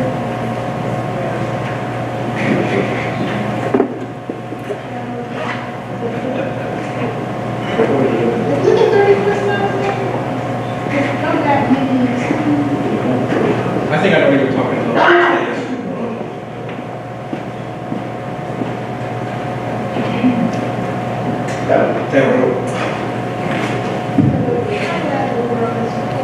I told you I made a mistake on that slide where it says state. That's the one I was talking about. Yeah, that's what I made a mistake on. Okay, I thought I saw it. Okay, all right, thank you. Okay. She was talking about 2 of those quarters. Or maybe it's one.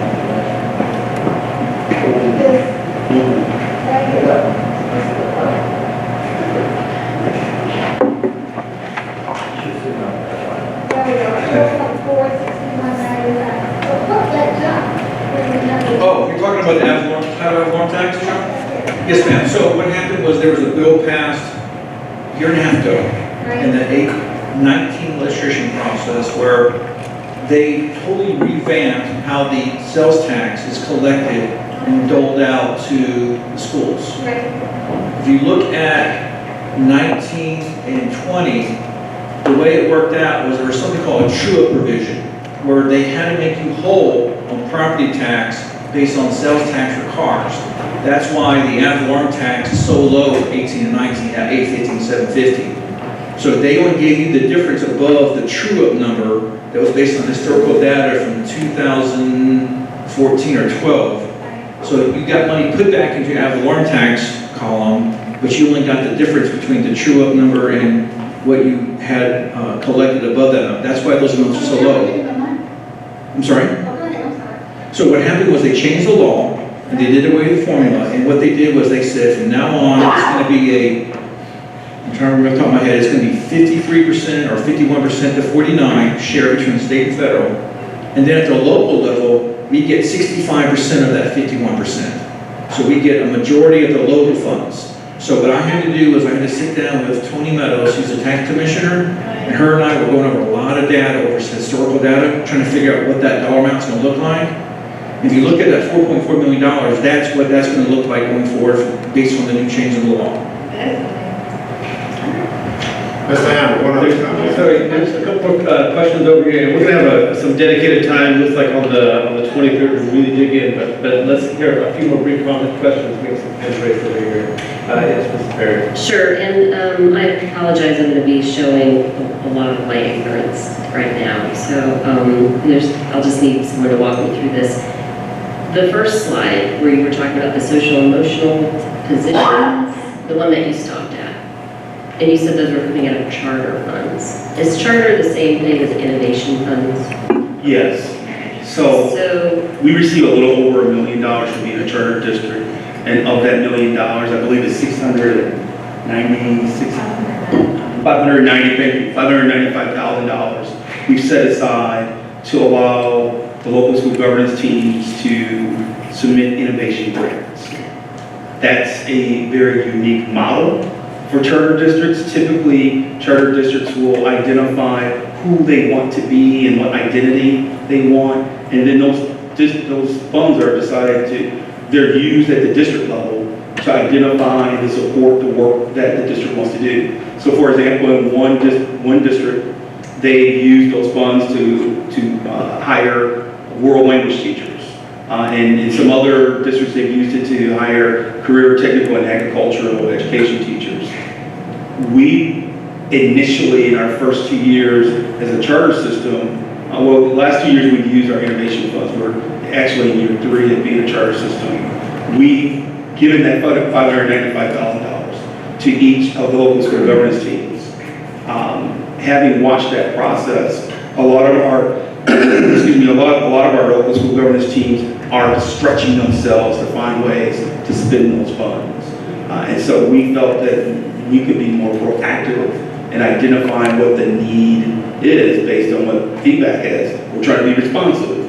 And so the feedback has been we need more SEL staff, and that's the rationale behind that proposal. and so the SEL staff is coming out of the 595? Yes. Now, I want to be clear, so thank you, Dr. Berry. It's important to note that there will still be $150,000 available for grants. And so the grant process is not going away, but it will be more of a competitive grant process.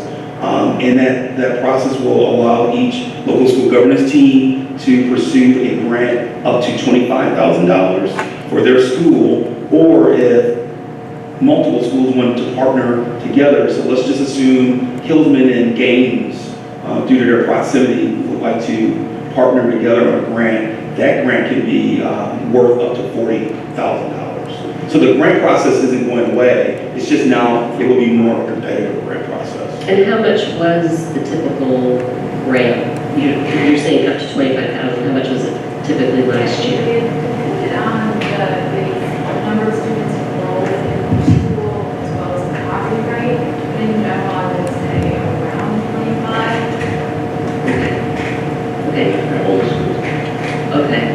Is every school going to get a new SEL position? No, just certain schools. We are we'll be able to support our team more. So we'll have an additional school psychologist. We'll have an additional counselor, and with the additional counselor, and I think there's multiple counselors, 4 more counselors. Is it 2? Oh, yes.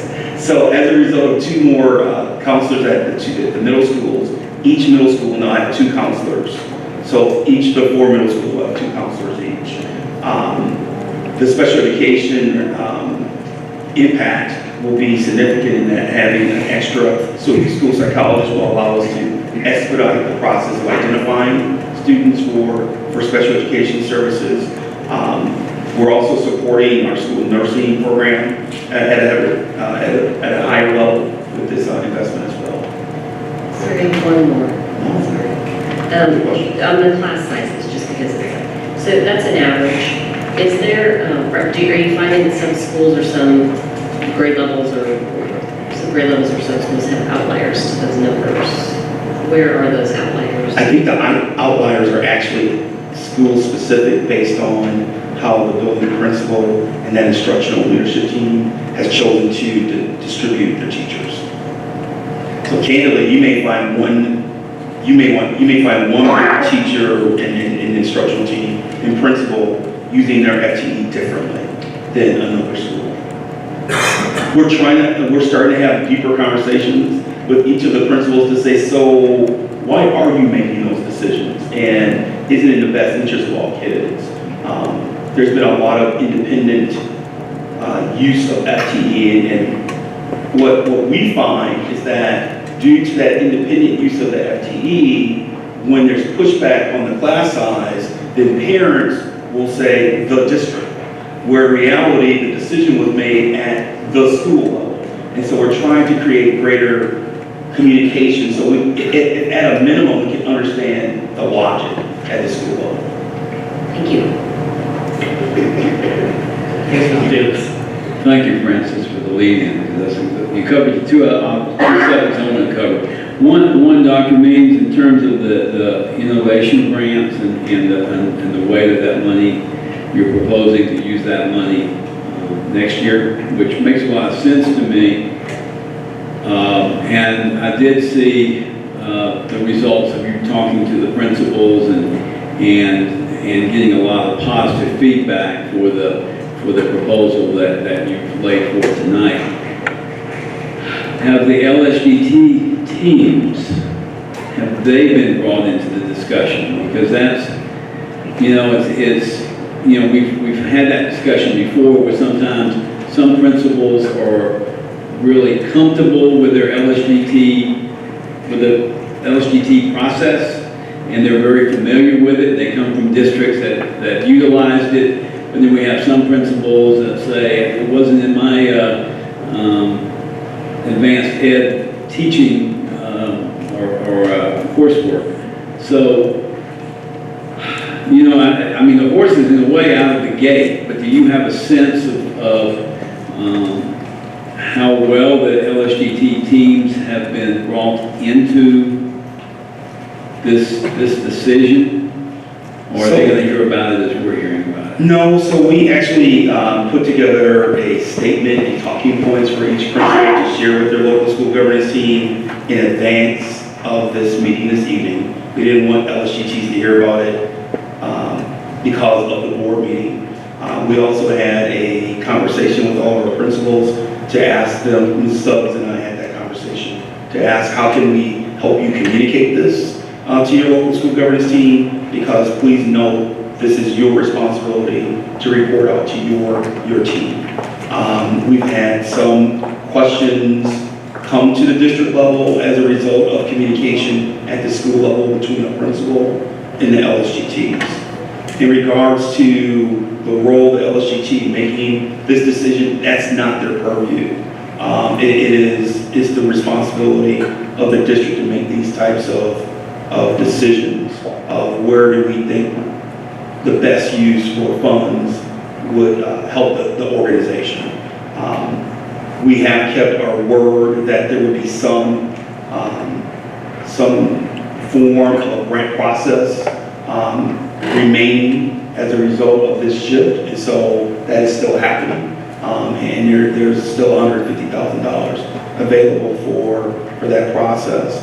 The last thing I would say is that a lot of the feedback that we've received from the school level, from LSGT members and principals, have been the title of that process of the innovation grants made it really difficult, where people were trying to find ways to spend money versus us being strategic. I mean, I do know that like Coral Middle School are swearing by the mindfulness training. I mean, just by way of example.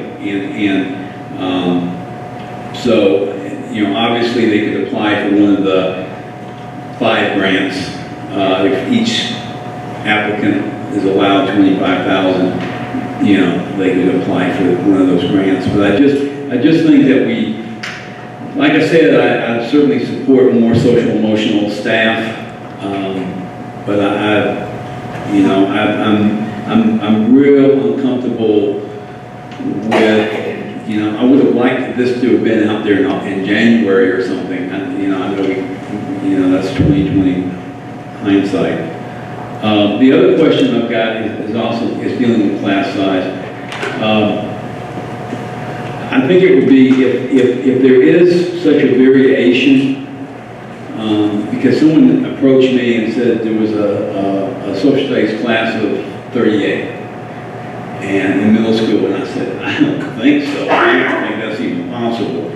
So in listening to what you said, it is possible. It's not something that we as a district are encouraging, but it's something that the principal, on the principal administration level can leverage money different ways. And I'm just trying to, figure out two things. One is that how do we, what's the relationship, and I don't expect to have a discussion tonight about it, but between the strategic goals and the way that the central office, central staff see best practices versus maybe what an individual principal does. Excuse me. And so that's concerning to me. And also what would be helpful, excuse me, is that on the dashboard that we have something that's online that tells you information about each school.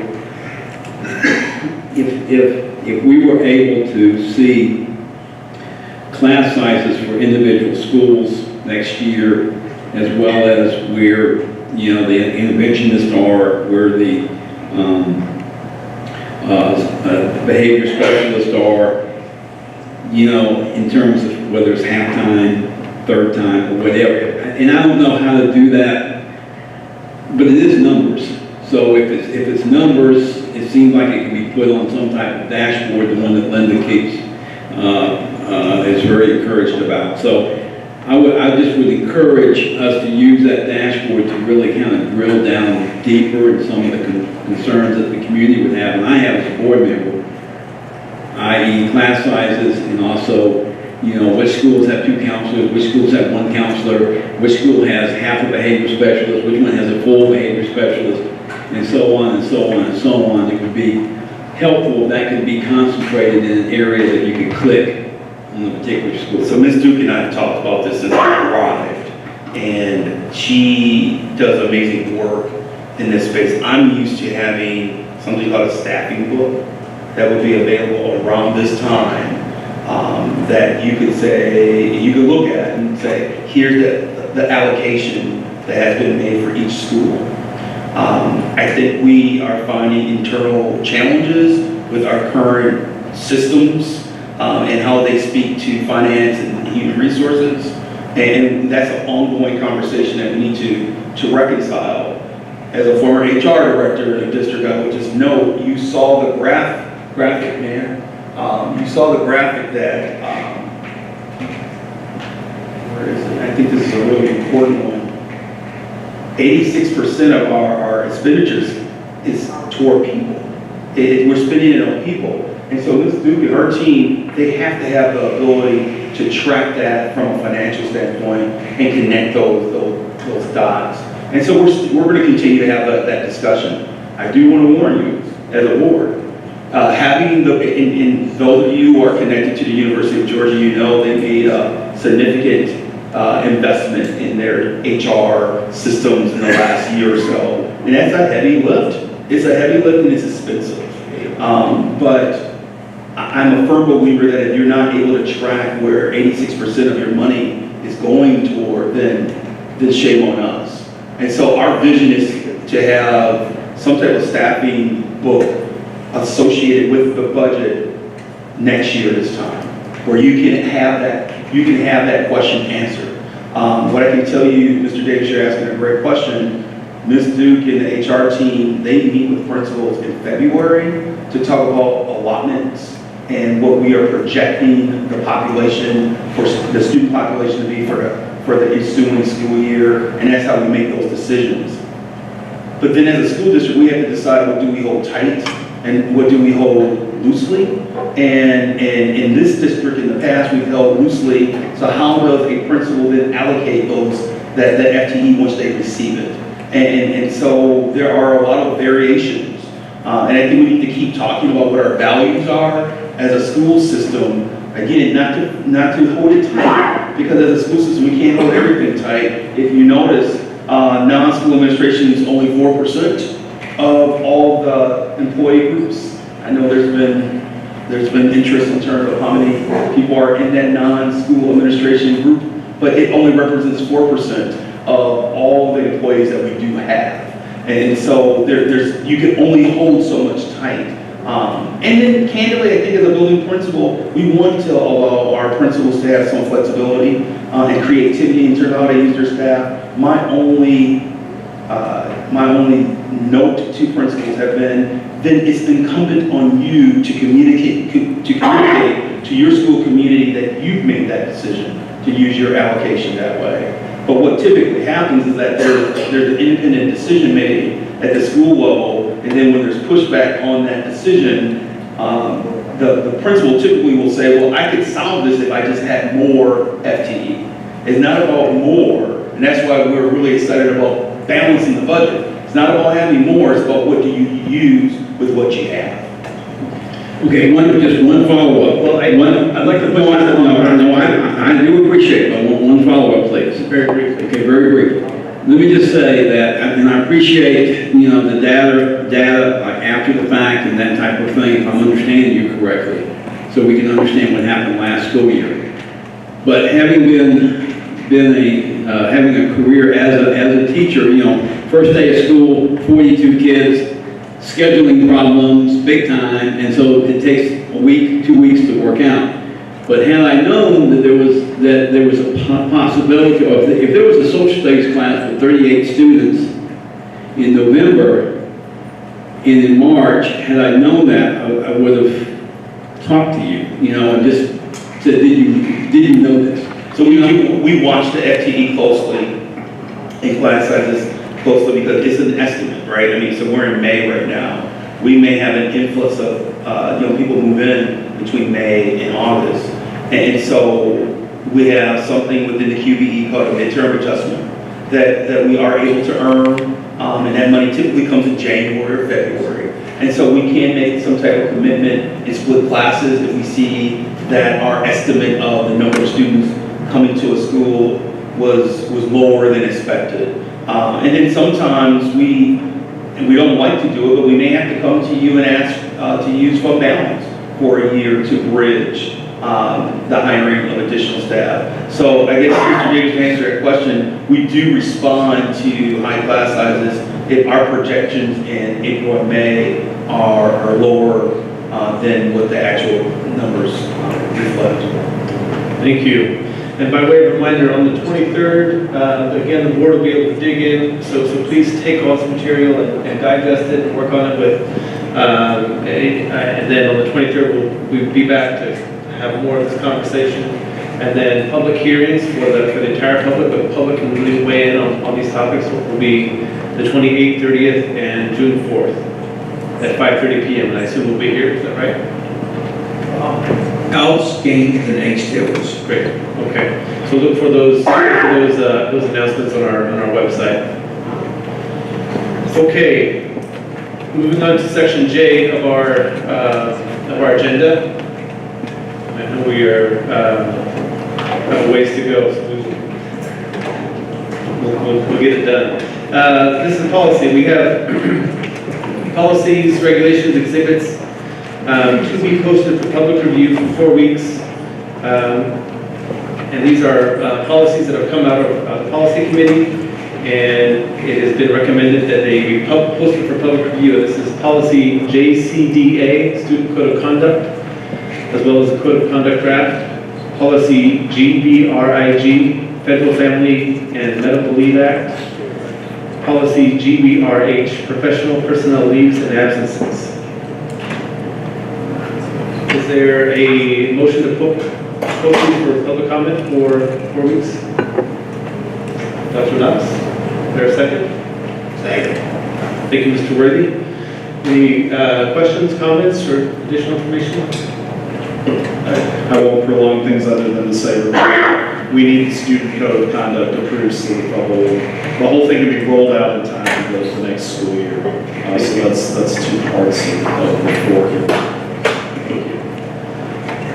Okay, no other discussion? All in favor? Thank you. Moving on, we have policies to adopt or rescind. We have policy BBFBC, community engagement policy, which has been some minor revisions, some clarifying revisions based on the public comments we've received. Is there a motion with regard to BBFBC? Yes, Dr. Knox. Thank you. Is there a second? Thank you, Ms. Davis. Questions, comments? Yeah, I've been asked, unfortunately, yeah, right.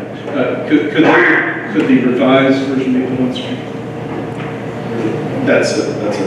I've been asked to do a little bit of explanation. I'll try to be as brief as possible. Thank you. So this policy, BBFBC, Board Community Engagement Policy, has to do, as we've tried to clarify, Part 8 is request to meet with the entire Board of Education, not an individual.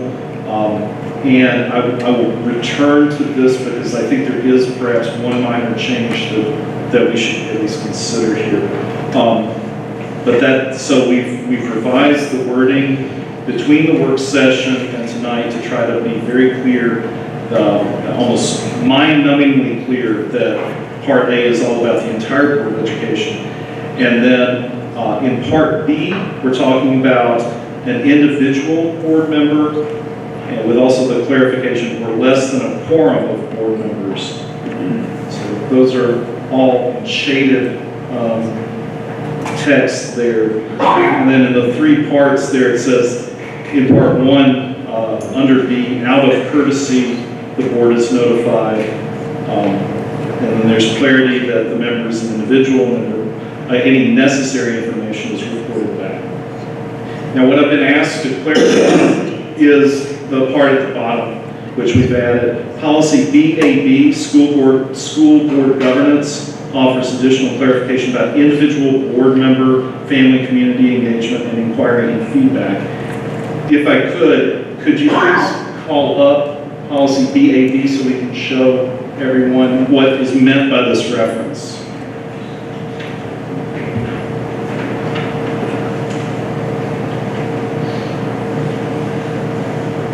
Just 1 second.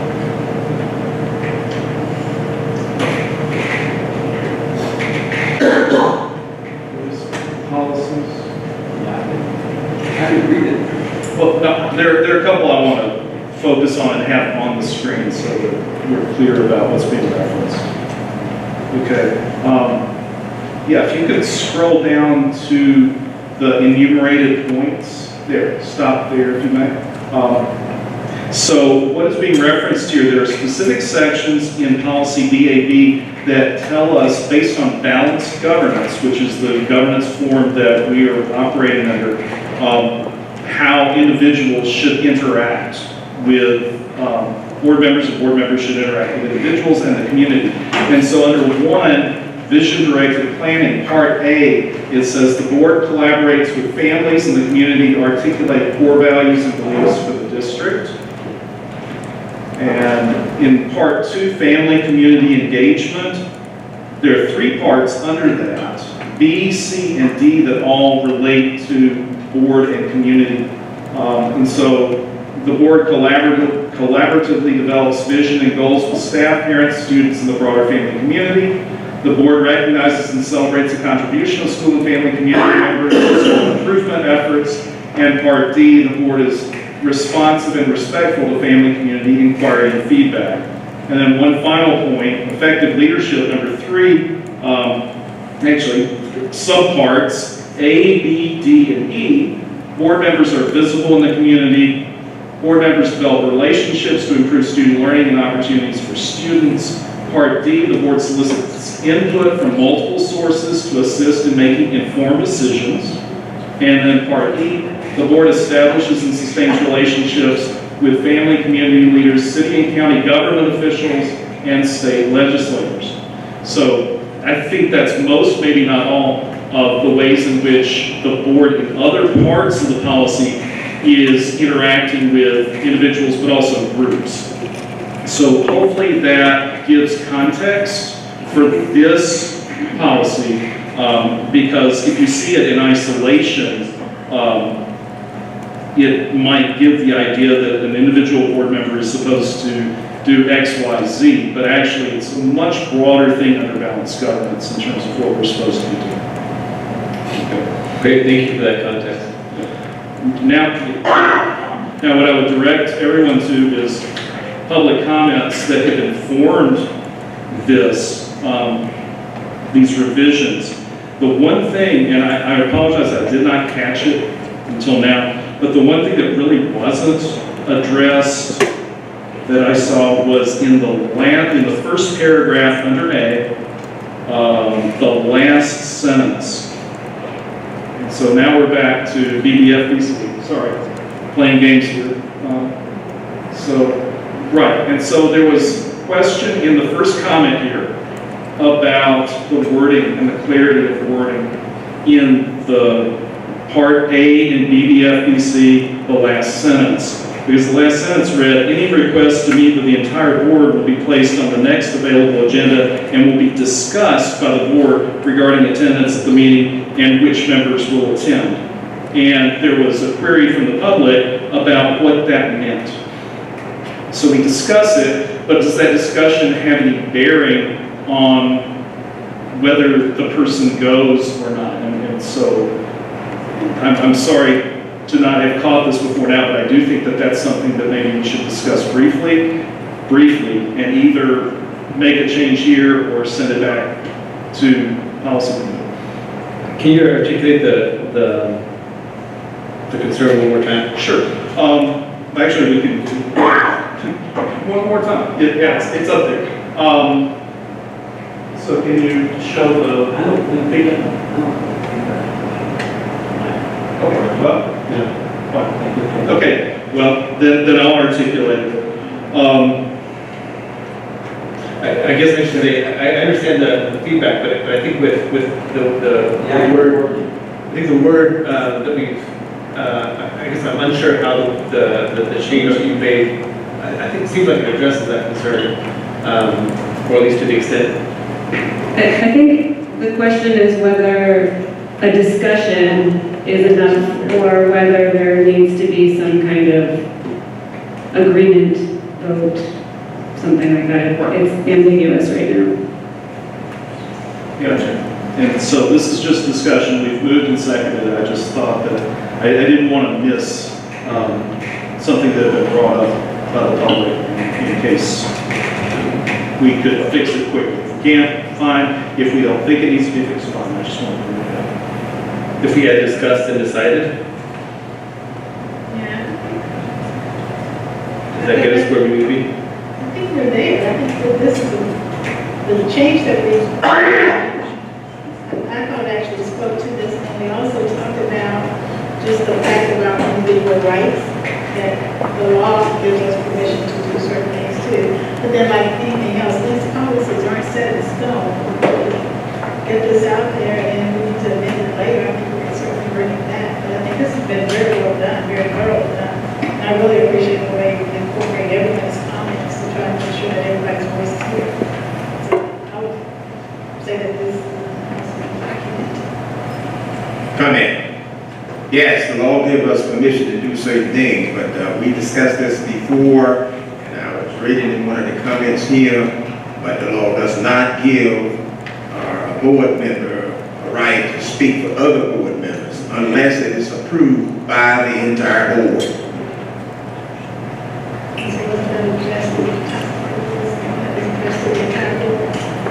I'm just not clear that I understand what's missing. Our policy only spoke to the entire board. Is it covered there? I think they're saying that it's saying that the request will be discussed. And is it the possibility, we want to foreclose the possibility that it's being discussed and then no action taken, or no decision made reached, or no, and so if we add discussed and decided by the board regarding attendance at a meeting in which member shall attend, that way the public knows there will be some finality when it is raised, as opposed to discussed without any resolution happening. Dr., does that get us where we need to be? Is anybody uncomfortable? I am. Absolutely, because of what I said earlier. And like some of the comments that have been said, of course, what Mr. Davis said a few minutes ago, but we always are transparent. Dr. Knox mentioned that he is the chairperson of the policy committee. Perhaps it needs to go back and be reworked. Yes, Dr. Gaines.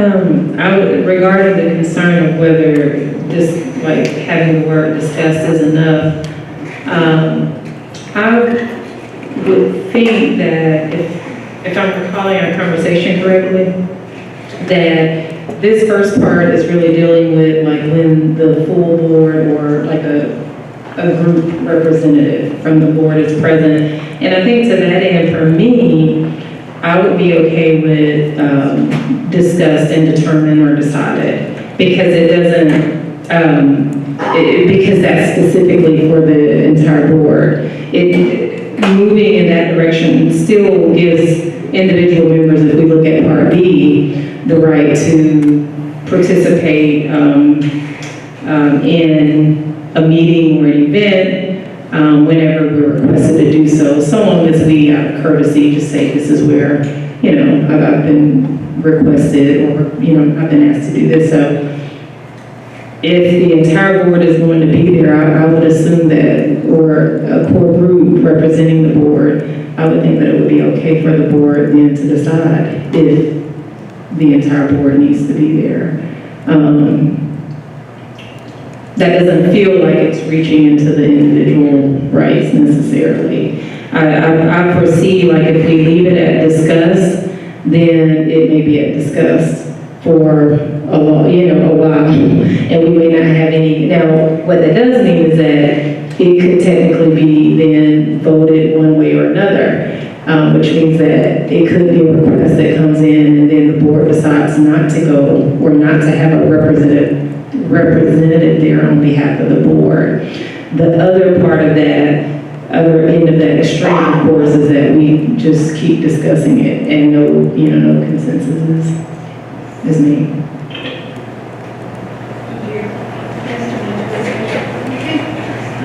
So I'm still not clear.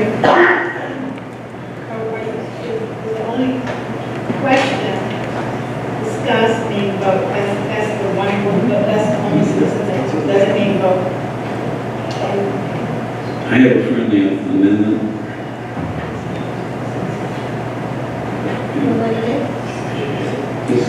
We just can add, will be discussed and voted on by the board. This makes it sound like we have to vote on it. I'm not. Oh, you're not comfortable with that either? Okay, not a friendly amendment, not friendly. So I mean, we can't vote or not vote. I think we need a vote, we can call for a vote. If it doesn't need a vote, we don't have to do anything to discuss. Could be decided. I'm good with this. This board will look for the motion, the motion required for us to raise. Say you're on your own on the conversation. You're not person on the board. I'll follow every procedure. Everything is to That's what I was addressing a few minutes ago. We need to understand though, wherever you go in this community, wherever you go, you're a board member. And you cannot speak individually. And as I said a few minutes ago, when you're talking about something of this sort, it should be approved by the full board. And it's not saying that the full board would have to be at that meeting. It can be approved like a meeting we're in tonight. And I think that's exactly that's the crux we're trying to get to. So just for the sake of reminding, we have a motion on the floor in a second to approve the policy as currently written. That's what we're discussing. If anyone would like to make an amendment to that motion, we can entertain that. If not, then we can move forward with the motion that's on the floor. I move that we take it back to policy just for that, because to me it's not clear, it doesn't bring it full circle. So you'd like to amend the motion to take this policy back to the policy committee as opposed to approving it. Okay? Is there a second on that amendment? Absolutely. Thank you, Mr. Wade. So now we have the opportunity to vote on that amendment, whether we would like to change the motion to say that. Is that clear? On the amendment. You look at me like it's not just because okay. Yeah. Yes, we can briefly discuss the amendment as proposed.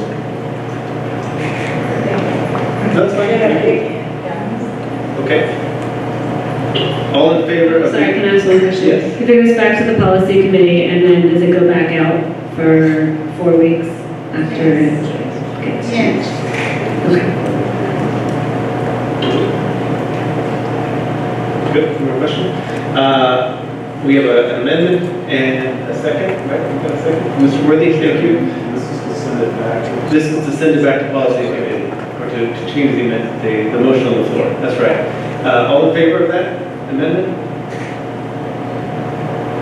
Any opposed? Okay, so that amendment carries. So the motion now on the floor has been amended to send this policy back to policy BBFBC back to the policy committee. And quick question, to be clear, just John, just so I know, when it goes back to policy, it's specifically to address the area of discuss, not to reformat this whole thing. Is that? That is the intent. I see. Yes, Okay, 100%. I just wanted to clarify that. That's only the intent, that's all that policy. All bets are off, that's where I'm going. That's right. So the motion now is to send this back to policy. All in favor?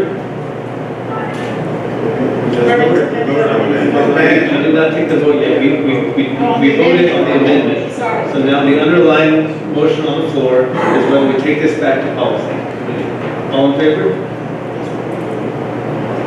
Any opposed? Thank you. Ms. Davis, thank you. So that policy BBFBC will go back to the policy committee. Thank you. That's thankfully it for policy for tonight. All right. Moving on to section K of our agenda, superintendent's report. Dr. Means. Thank you, Mr. President. I want to start by acknowledging you. This is the last business meeting that you will be attending, but as alluded to earlier, there are a lot of other opportunities for you to continue to fellowship with your fellow board members in the month of May. But you have been our board president and leader since January of 2018. It has been an eventful time period since January 2018. And you have led this board and this school community from a governance standpoint with grace, with understanding, and with a true leaning toward being a facilitator and someone who was an active listener. I've worked with a lot of board presidents during my time as a superintendent, and I can attest to the fact that you have been wonderful to our district staff. Many people may not recognize, but being a board president, there's a lot of extra time. Every board member puts in a lot of time. The amount of extra time that a board president puts in to the role is really undocumented and unseen. And the depth of understanding the topic there's a higher level of responsibility. And you took on that responsibility and you did it well. So on behalf of the school district, our administrative team, the board, we want to give you this crystal apple signifying your contribution to the education of children in Clark County.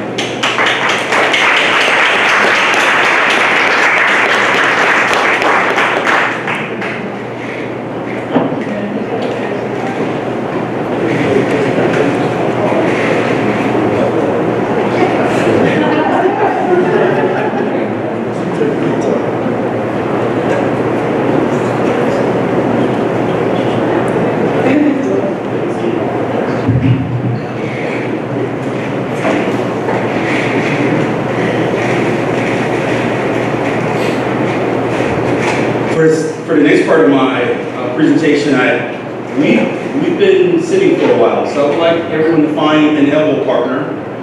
After listening to this scenario and talk through how would you respond. Here's the scenario.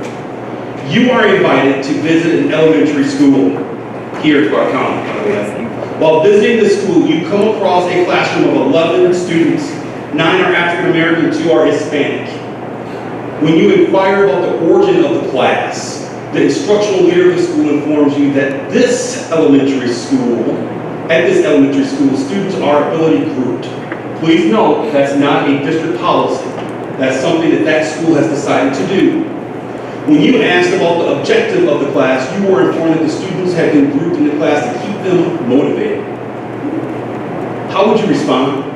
So find an elder partner and talk through how would you respond to this scenario. I'll give you about 3 minutes.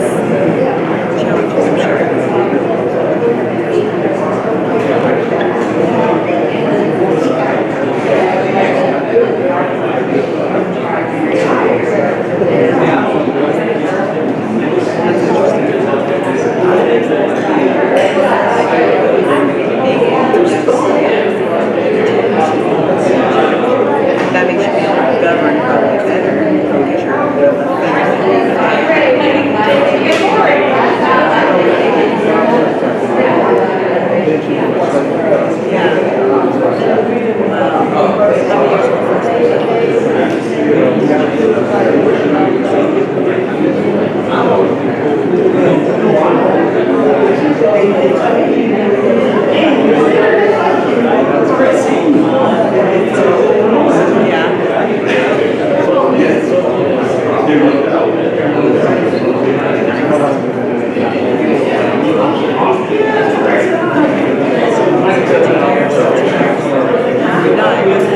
going to ask you to come back together now.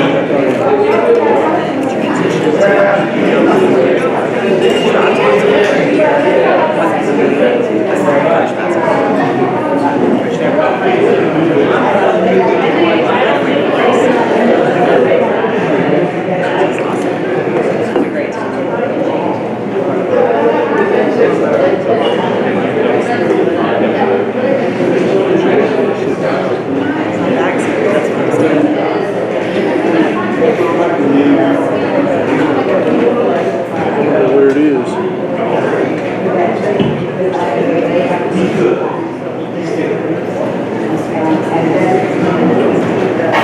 So as we reboot, I would ask board members, so how would you respond? It depends. It depends. What does it depend on, Ms. Davis? My conversations, it depends on if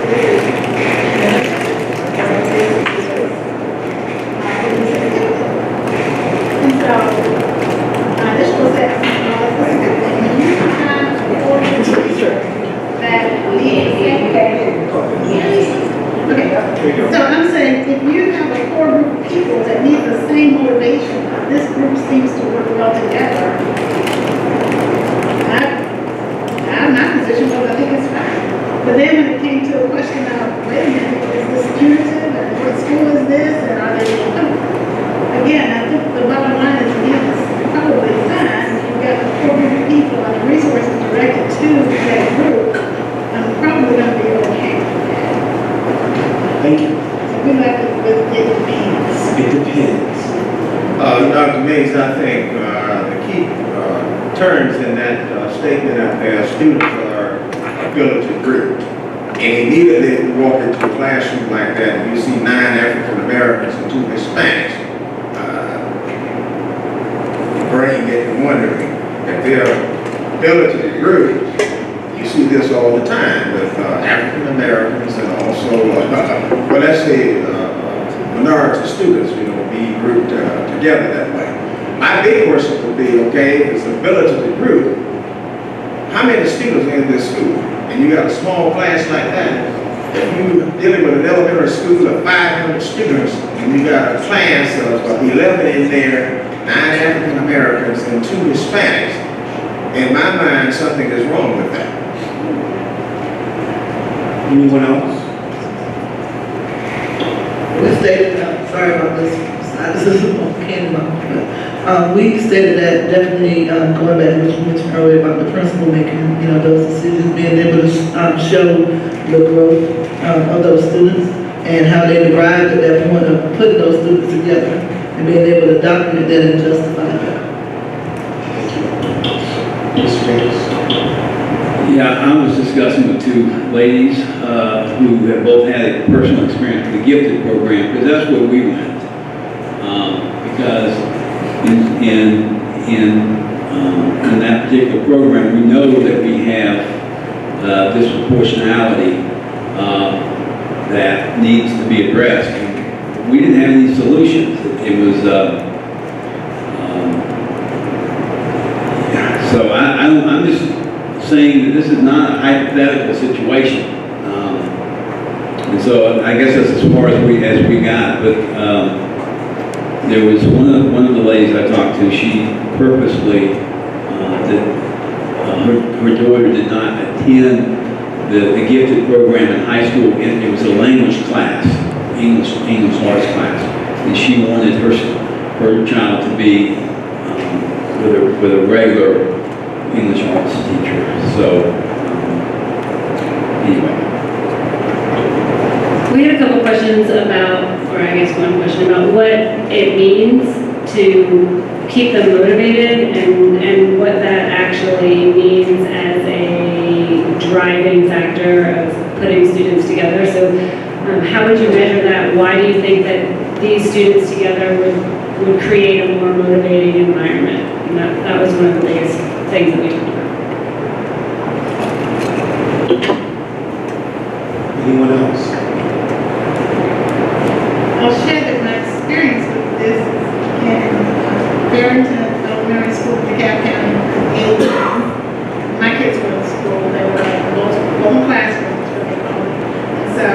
kids were maybe third and fourth grade together, fifth and sixth grade together.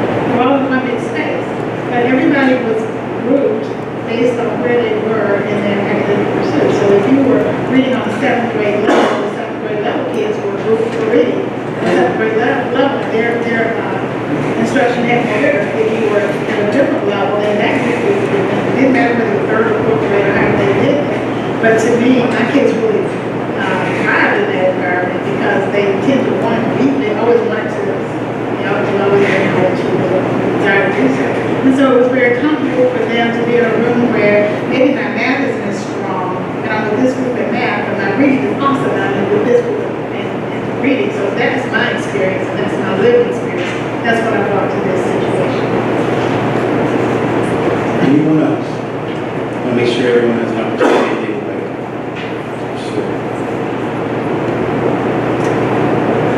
The reason why I wanted to share the scenario with you is because I want to go back to a slide that I shared last week during our work session. I believe that that scenario will require an equity leader, someone who's going to ask uncomfortable questions, someone who's committed to equity-focused decision-making, someone who's going to hold themselves and others accountable to ensure that students and communities who need the most get the resources and services they need to survive, to succeed and survive and thrive. To acknowledge the history, not to blame anyone who's currently in the system, but to acknowledge the system behind systems and structures and constructs that believe that the logic behind keeping students motivated is the factor behind grouping students, and that teaching the standard and making sure that students are moving across the standard that the Georgia Department of Education have identified as what students need to learn to achieve are being met. So I wanted to share a scenario because it reminds me of a part of my life story, which is just something that stays with me every day. And that part of my life story is that my grandfather owned a bar that served men who worked in factories in the city of Milwaukee. And they were all primarily African American and Hispanic men. And I often, when I was in that bar working, at the pleasure of my grandfather, doing whatever he told me to do quickly, or else, I would listen to those men talk, and they would constantly say that someone else was doing something to them, that management was doing something to them, that management wasn't treating them well, that management was taking advantage of them because of their skin color, because of their ethnic background. And part of my leadership narrative is that I vowed that I would never be in a role of leadership and allow marginalized communities to continue to be marginalized. When I engaged and interviewed with the Clark County Board of Education, I was under the assumption that the board and what they expressed to me was the community wanted a leader that would inquire into lead through an equity-focused lens. I believe that that's still the case in many parts of the community. I think many parts of the community don't have individuals who are on social media sharing their perspective. When I am in the community, when I'm in the barbershop, people are sharing their concerns about scenarios like this and others that I hear about day in and day out. I understand that when you lead through an equity lens, it will ruffle feathers and upset the power structures. And yet, I want the board to know that I'm committed to the work. And I believe iron will sharpen iron. I'm not going to go away because this work is too important. There's always going to be perspectives and people are going to disagree, and candidly, when you are in a leadership role of this level, there will always be someone who's going to disagree simply because you are in that position. And so that's part of the work. But I would be remiss if I didn't share with the board and the community. I believe that some of the narrative around the work that we're trying to do for children has become toxic. And it has become distracting to the work that we're trying to do, to the work that you hear as board members, that I hear as superintendent, as community members here, this is what we want to do. You heard earlier, we kind of gave you an overview of our budget situation. I sincerely hope and wish that individuals who engage in narratives are as active around advocating for our kids in our school district financially during the next legislative session, starting in January 2020. If there had been anything that I have done that requires a public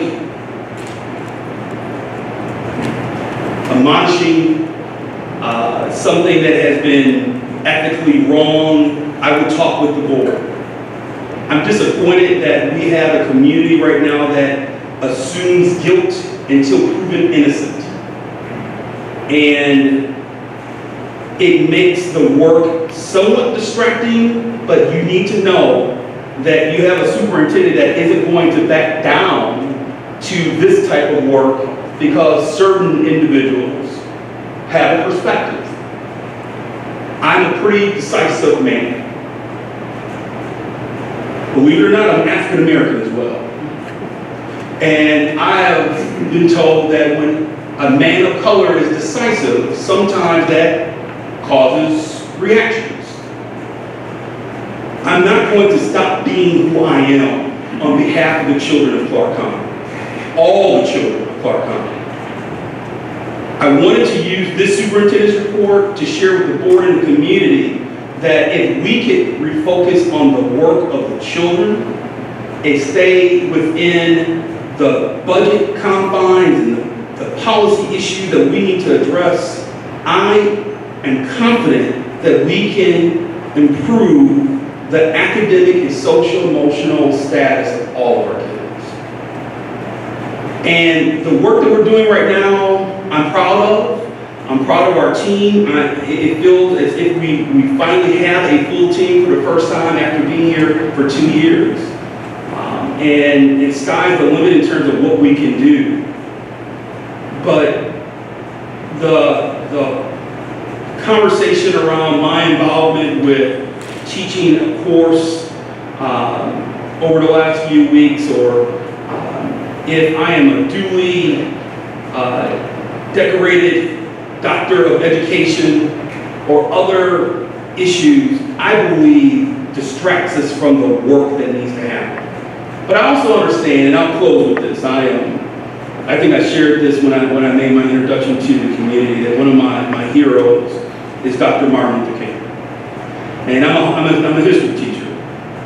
And so it's always nice to admire Dr. King from afar when you talk about the journey of him advocating for others. In a small way, I don't believe I'm even scratching the surface of the work that he has done, but in a small way, this work of equity is what he did for our nation. And despite us celebrating his birthday on the third Monday in January, while he was alive, he wasn't viewed as this saint.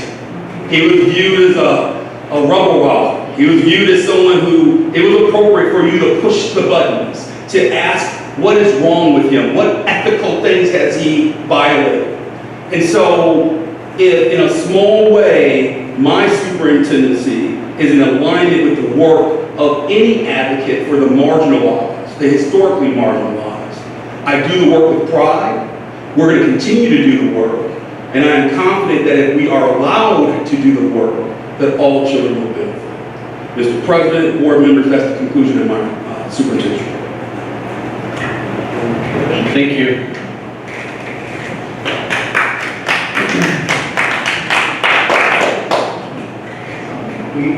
We have, and thank you for that, thank you for that report, thank you for those good words. Dr. Means, on a more pedestrian level, yes. Would you have a full, yes, you asked me, Mr. President, to talk about MED. Yes, please. And I think we've mentioned it already, but there are multiple meetings for the Board of Education on May 16th. There's a policy committee meeting on that day. I think there's a finance Finance Committee meeting that day. We had hoped to come together for a board governance retreat on May 16th. We can come back to May 16th. On May 21st, we are planning to, I have been asked by the board to provide an update on where we are with the disposition of property in the school system. And so Mr. Worthy, as the chair, has called for a property committee meeting immediately following the Government Relations Committee meeting on May 21st. On May 23rd, we've already referenced this date, but that is a meeting to allow the board to go deeper with their budget questions for fiscal year 2020. On June 6th, you have a work session meeting, and on June 13th, you have a regular board meeting. Please note, you were kind enough of carving up the May 23rd date because we also have a number of principal hires that we have to make. So my humble recommendation is that we use that time to address any principal recommendations we will have that day. We hope to have many, and then also allow you to dig into the fiscal year 2020 budget. And you may, I also made a recommendation via email that may be a more prudent time for you to engage in your election for a new board president. Because it's already on the calendar, it's more in a special call meeting format versus, I think the initial conversation that you had last week was to try to do it on May 16th, which we've already acknowledged as a full day. I know we've had some email conversation, we tried to keep to a minimum, but some concerns around all of that fullness and specifically around questions when you all want to pick a new board president. Yes, Mr. Davis. Yeah, I have asked out of courtesy not to use the 23rd day. I had talked to Dr. Means over a month ago when I neglected to tell the entire board because I did not think that would be a date that would be selected to choose the board president or to be even discussed. But I told Dr. Means that I've got a very personal event I need to go to in Atlanta. And so, I hate to put myself in front of the interest of the board, but I'm asking that as a personal favor. I don't want anyone else to address it. The other issue that I've laid on the table as we started talking about the selection, and as we talked about last week, we talked about doing it the 16th. And I am, since we already established that last week, I do feel uncomfortable switching it now to another day, just in terms of just, a way of conducting business.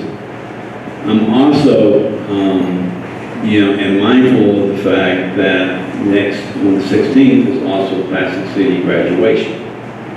And so what we were trying to do, certain board members in exchanging emails was trying to figure out, how to be two places at once.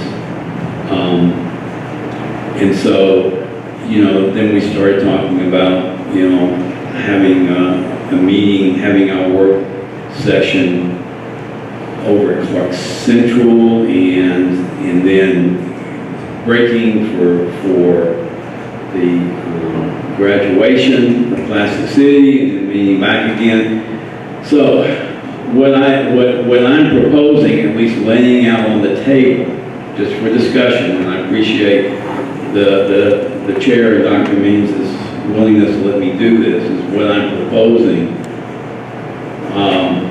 is to postpone the board retreat. And there is an additional reason for that too. I'm going to postpone it for May, but postpone it until we have our new board member. I'm looking at the difficulties of,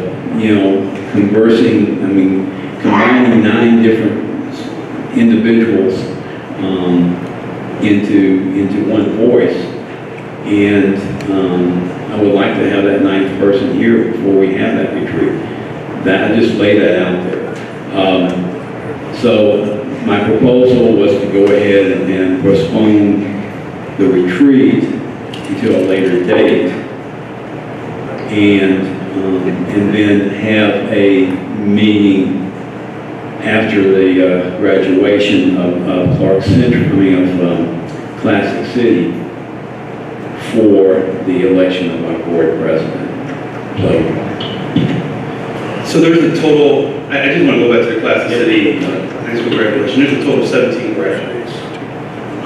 And so my initial construction of the evening for May 16th was one in which I believe if board members and administration were able to go in on the front end of that ceremony, the first half hour or so, that it's not your typical high school graduation ceremony, and that the half hour you'll capture the majority of the ceremony. But I think Mr. Davis is raising some really valid points for the board to consider. Just for the sake of logistics, we have the facilitators we talked about for this governance portion. Are they confirmed already for the 16th? They are. For our previous conversations. And again, to be totally clear, I personally would have no problem not being part of that governance meeting.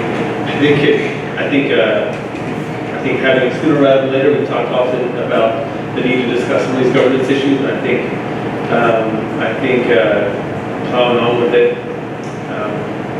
could be healthy as well. I haven't had an orientation yet, and I'm not saying that needs to be rushed. I think that what I'm saying is that from the perspective of a new board member, I just really want to, I'm with Greg, I really think we need to wait until that person is on board. I really do, for a retreat. I would hate for us to do that and then struggle finding another day to hold a retreat or orientation with the new person, and I'm really just on board with it at the very least. If we're going to take each of these decisions singly, for me, I wholeheartedly agree that we should wait until the new board member is on board for the retreat. And I think just the retreat conversation is different than the orientation conversation that we've tried to schedule a few times. I think that's a valid reason to wait for the new board members, so you won't have to go back and and the person to be on board, be up to speed with whatever's going to be discussed, talked about in the board retreat. I support that.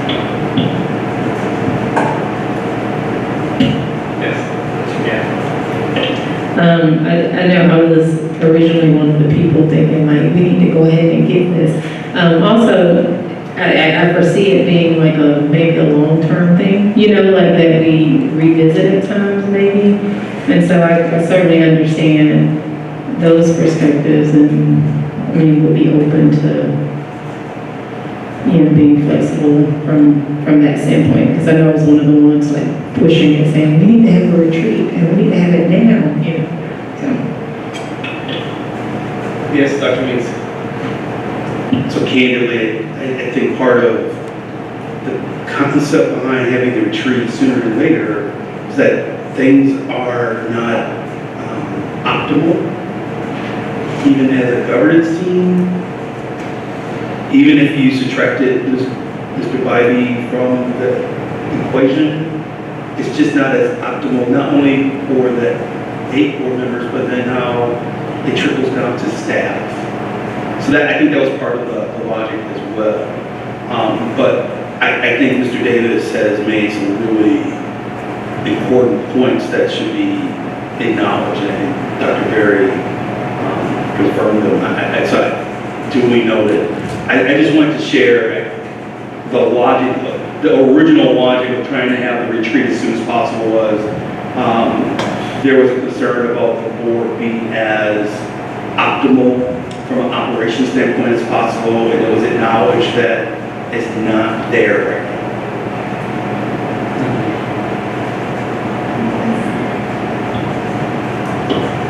personally feel like I'm on information overload with all these executive meetings and extra meetings. I know that we have a responsibility, but honestly, I don't know how much more I can take in with us having all these meetings back to back. And I would like for us to slow down just a little bit.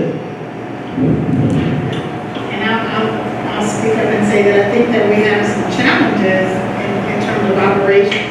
Because I think that's what we have all of these meetings back to back, is because we really have to quite lay our foundation for how we deal with our board and our board members.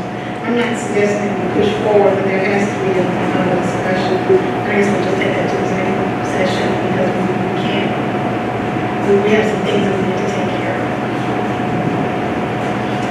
So I'm hearing that perhaps on the question of governance retreat, perhaps that is we can explore a June date and with our facilitators.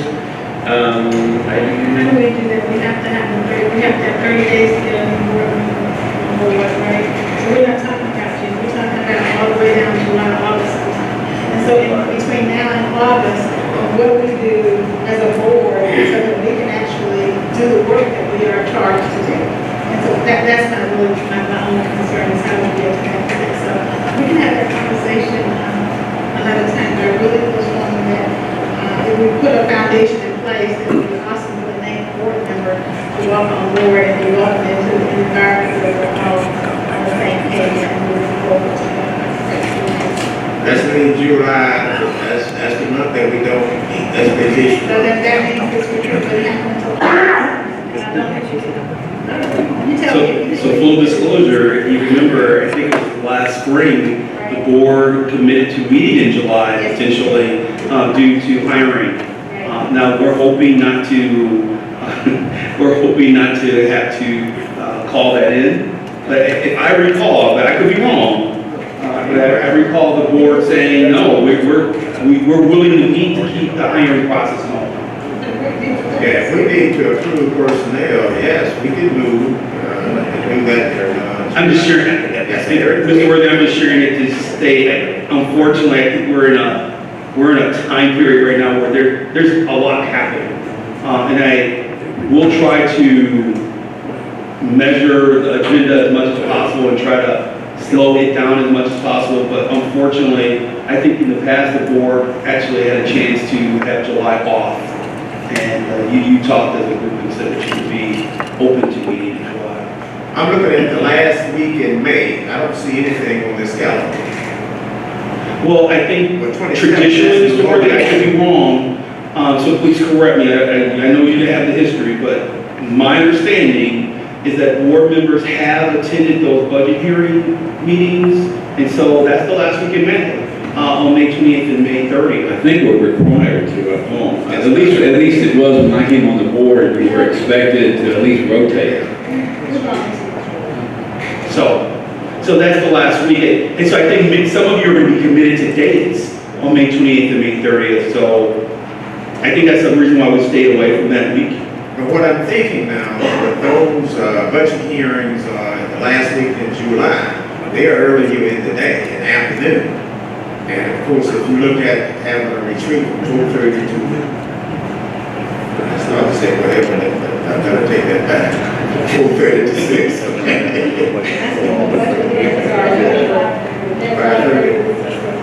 Well, after 5:30.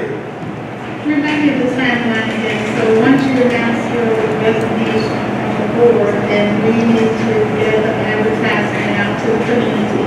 We have 30+ days of waiting for applicants, is that right? At the end of that 30 days, we then make our decision and endorsement, right? So we're still looking at June, July. We won't have a new person on board until August. Maybe July, if we push it.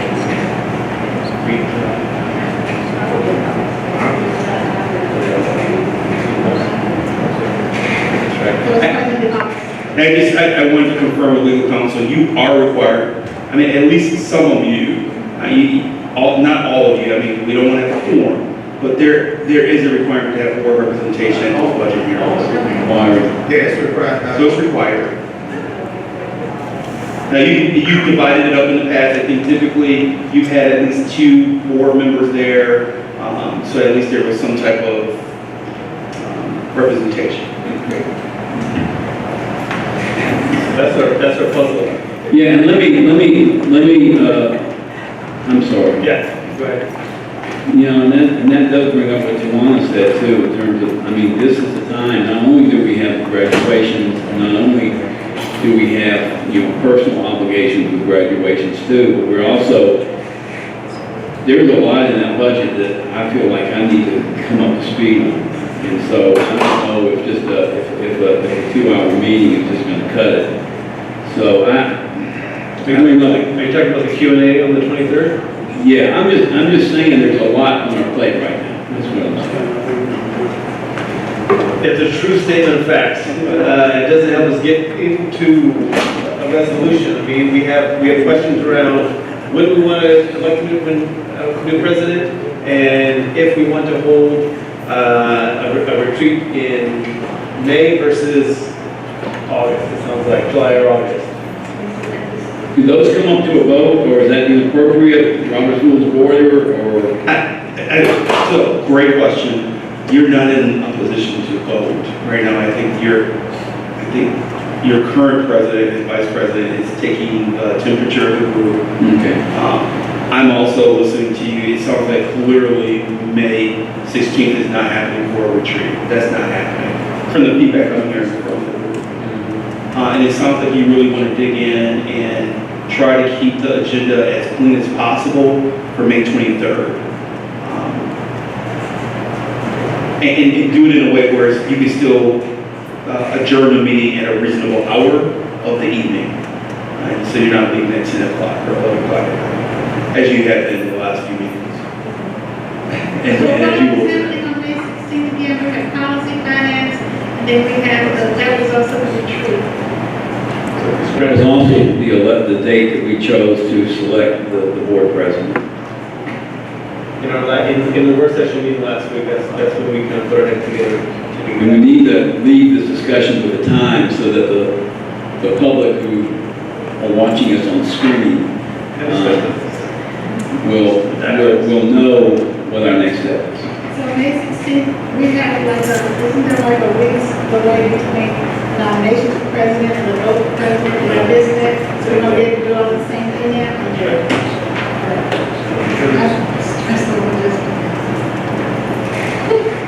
So do we want to keep that decision then happening on the 16th, and that will be in a room at Clark Central?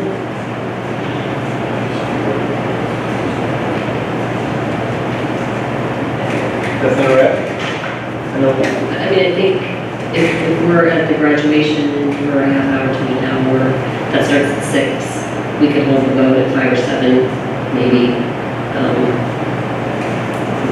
Here is where everyone comes. Can we do it here? Clark Central may be too busy. It's gonna 30 to be- 45 minutes max.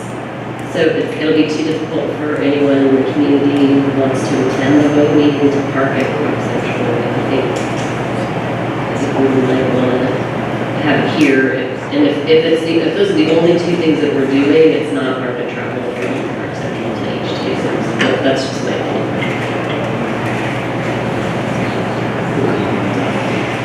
I don't think we should confuse everyone. The last time we met at Clark Central, some people came here. I think we should be consistent and meet here. So we'll plan on, sounds like keeping the election of the new board president for the 16th, and we'll publicize the time, but tentatively plan on after the Crescent City graduation, and I think we should be fine to come back over here and take care of that. Quick meetings. Some of us already want to be here. Finance meeting will take place at 4:30. Right. Figure out how long each thing is going to take for finance. I think that's. Mr. President, board members, so I just asked Mr. Hamel, he can adjust the time of finance as well, so you don't have dead time on your hands. So if there's an adjustment to that meeting that you would recommend, please let us know now, we will make the proper adjustment. Does he anticipate that being a long finance meeting? 30 minutes, Okay. unless you have a lot of questions. 30 minutes. So if we have a finance at 4:30, maybe we can publicize the meeting for the purposes of the board president business to happen at 12 o'clock. Why we can actually be in 4 o'clock. Okay. Say that again? You get the meeting at 4 o'clock? Great. Finance. Does that all right? Finance chair? Absolutely, fine with me, 4 o'clock. Okay, we'll do finance committee at 4 o'clock. We'll handle the board president business at 5 o'clock, and then that should be time to grab a shake at Steak and Shake and head over to Classic City by 6. Okay. Okay. Okay, moving on, next item. We have a number of items, approvals that we agreed to include in our consent agenda. This is approval of field trips, Georgia Power electrical line relocation costs, substitute teacher contract, intent to apply for Head Start, early Head Start grant and budget, intent to submit a McKinney-Bento education for homeless children and youth grant, cafeteria serving lines, Cedar Shoals High School. Can I have a motion to approve those items? So, Dr. Knox, thank you. Is there a second? Ms. Davis, thank you very much. All in favor? Thank you. Okay. Under other agenda items, we have, first is to approve the annual renewal of NWEA measures of academic progress, the MAP assessment systems for grades K through 8. Mr. President, board members, we included in this item an FAQ that was developed back in the fall that I think is actually cleaner than the letter that we posted last week. Hopefully, through that frequently asked question document, it explains more what MAP testing is.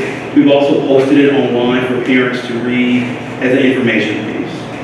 I think if I were a board member, the question I would have is, but what is the impact of standardized testing on children? Please note that, I'm optimistic, and this is another area where if there's advocacy, this is where we need people's attention. Governor Kemp, I believe, is being very flexible and listening to the needs of school systems and understanding that perhaps the Georgia milestones is an impediment to learning and teaching in school systems, and perhaps, I don't know, I think it's going to require advocacy from boards and parents.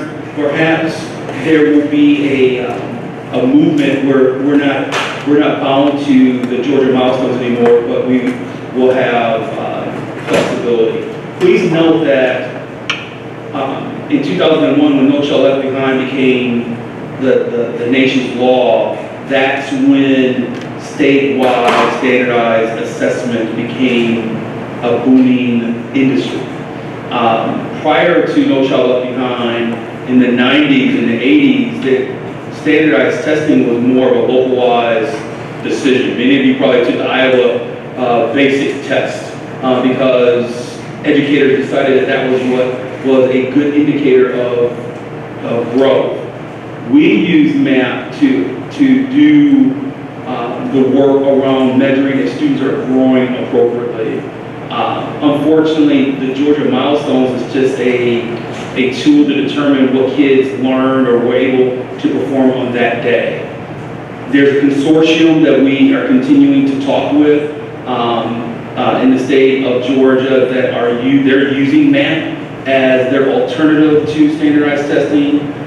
The only problem is that the Department of Education has not given those school systems in that consortium the ability to do away with the milestones.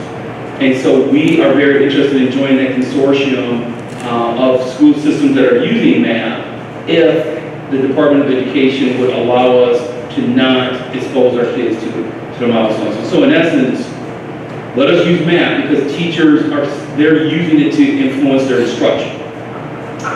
But also give us the ability to not use milestones. And so that's some of the information that we're using and talking about around this issue of math testing. Thank you. Is there a motion on this agenda item to approve the math system? Thank you, Ms. Davis. Second by Mr. Davis. Thank you very much. Questions? Yes, Dr. Meeks, I just, thank you for addressing that document that was originally proposed for parents. That never went out, did it? It was we shouldn't have shared that letter. It was a letter that went out to a family. And we wanted to share it as an example of how our Department of Assessment and Accountability is answering questions around testing. That was one individual situation. I got you. When's the third, the last map of the year? When is that data completed and available online? We have it. We have it already. Okay, thank you. Thank you. Hearing no other questions? All in favor? Oh, yes. Dr. Beck. It's not really a question, but I prefer this FAQ.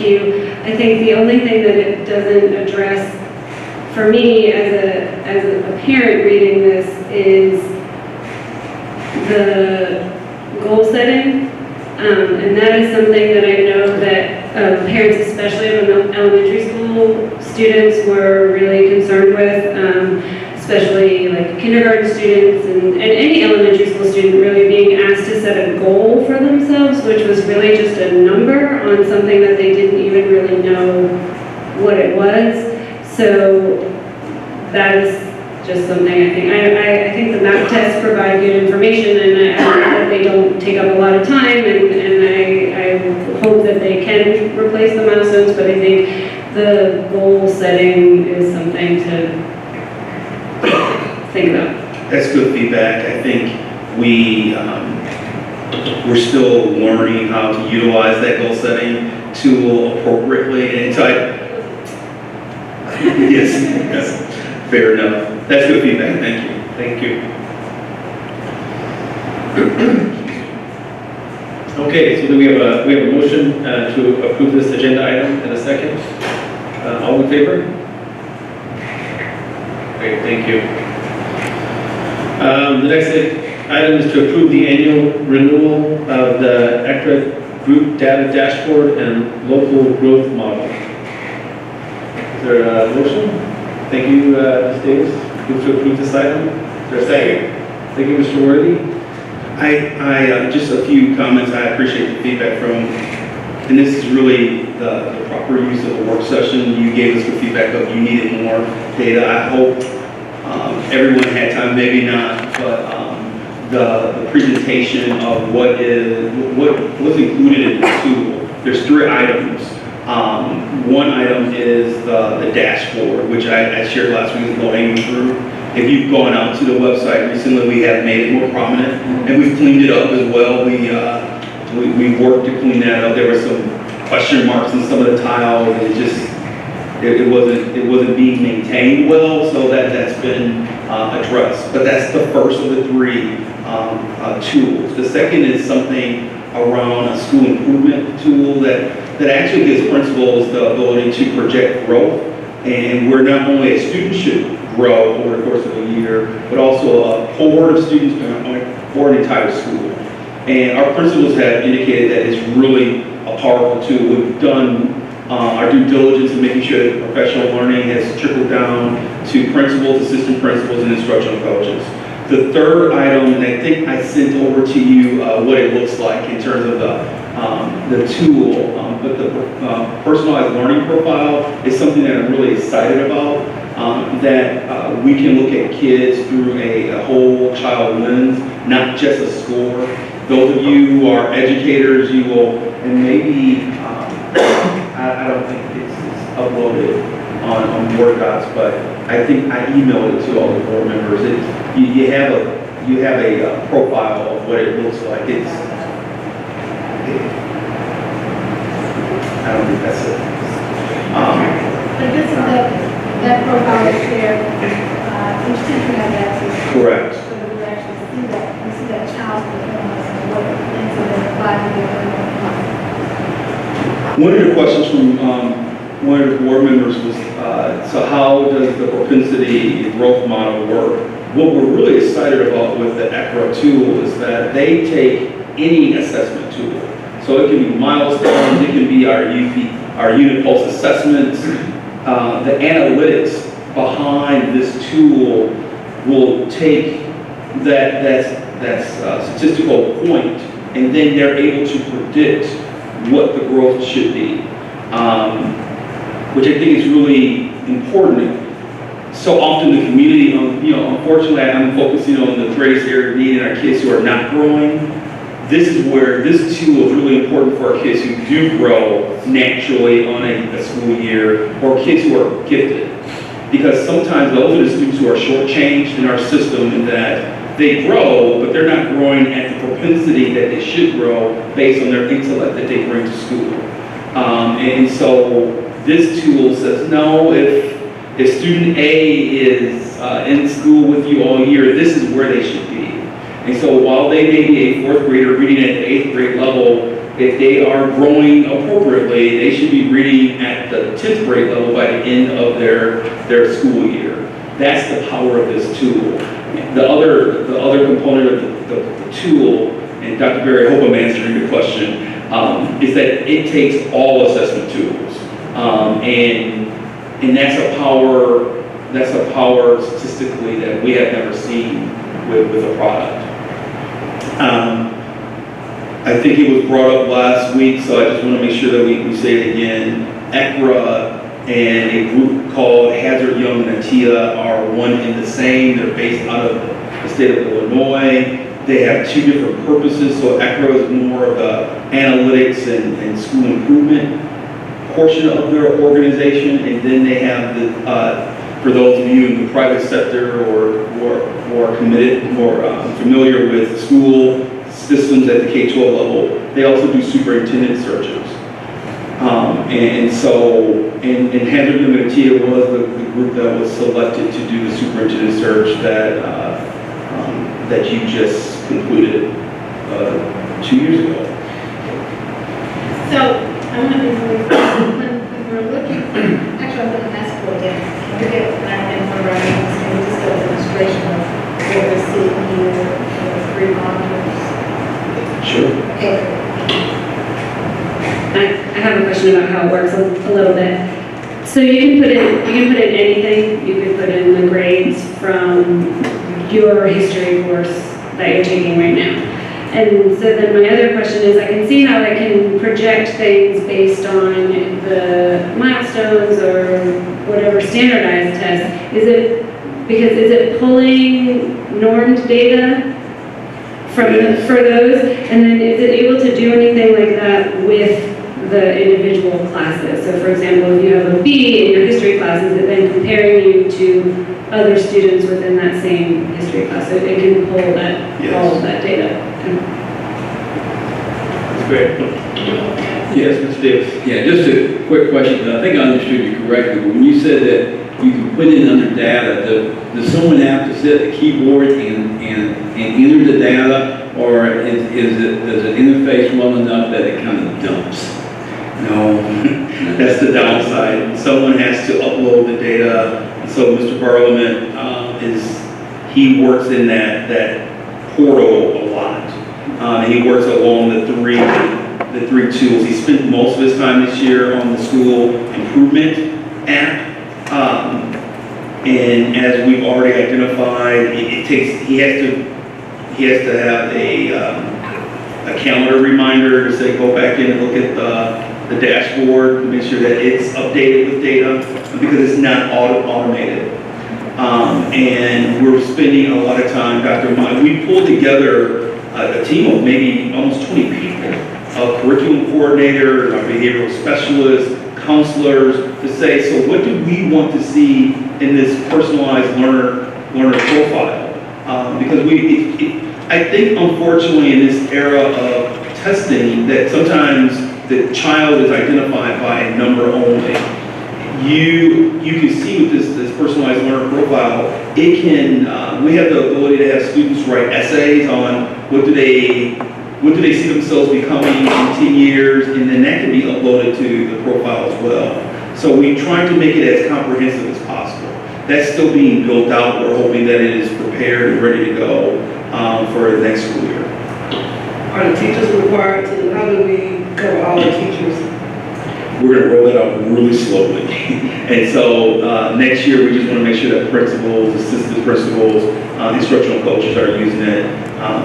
We want to make sure that we're not adding another thing for teachers. It will be for each student, yes. I think the goal is for each teacher to have access. I have what I think is a really simple question about the dashboard itself. When we looked at it last week, it had something at the top where you could go to the schools. Yeah, I couldn't see that. And I don't see that now. Did that get changed? Mr. Barlowman shared with me that the data that he has is district-wide only right now. He doesn't have the ability to desegregate it by school. Once he has, so he updated the data. When he has time, he'll then desegregate it by school, and then that's when we're able to turn on that by location tool again. That would be in the future, the dashboard, that they Okay, is it possible, what I mentioned earlier, would it be possible to, because if I'm teaching social studies in the middle school, I know how many students I've got in that class, and so does the registrar. Is that something that could be used for the dashboard, that would be on the dashboard, that I'm teaching 27 students U.S. history, or whatever, and 25 students in each class? Is that possible? So there's a number of different ways you can use these tools. So with the school improvement app, if you are a social study, if you're a science teacher at Bernie Harris Lyons, you can go into that tool and say, so here's the grouping of my students in this science class. What's the growth projection for these kids as a group and then individually? You have that ability. You also have the ability to look at the personalized learning profile of each of your students in that class as well. And that's why we think it's important that this tool is really used and cascaded out throughout the school system, because that latter tool that I just mentioned, it may have the ability for us to identify, so this child had a traumatic issue when they were in 3rd grade. That can be on the personalized learner profile. This is important for you to know. I feel bad talking about people who are seasoned veterans, but I feel like we talk a lot about age, which is a violation of HR. But those of you who have been in education for a while, you remember the Cume folder model, where you went into the Cume folder and you could learn something about that student. This is the equivalent of it in a very digital, quick way, where you don't have to, those of you, Mr. Worthy, you remember you had the Cume folder, that once kids became older, the Cume folder became very thick. This personalized learner profile is a one-stop shop. You can go into tiles and you learn about a student right away. That's why I use the terminology. It's the equivalent of the baseball card for educators. You can turn it over and look at their statistics, and not only, and I use the terminology baseball card because if you remember baseball cards, not only did it give you the batting average, but it also gave you the hobby of the player and where they were born, and it gave you other interesting tidbits and data points instead of just focusing on the statistical. I don't really want to label this, but I do want to have some more discussion about this, simply because individuals are entering this information somewhere about these kids, and I don't want it to be one of those situations where we're not policing it or auditing it to make sure that we have some equity in terms of how information is entered. That makes more sense. The language that we use in describing scenarios, describing students, their performance and their behavior, so I want us to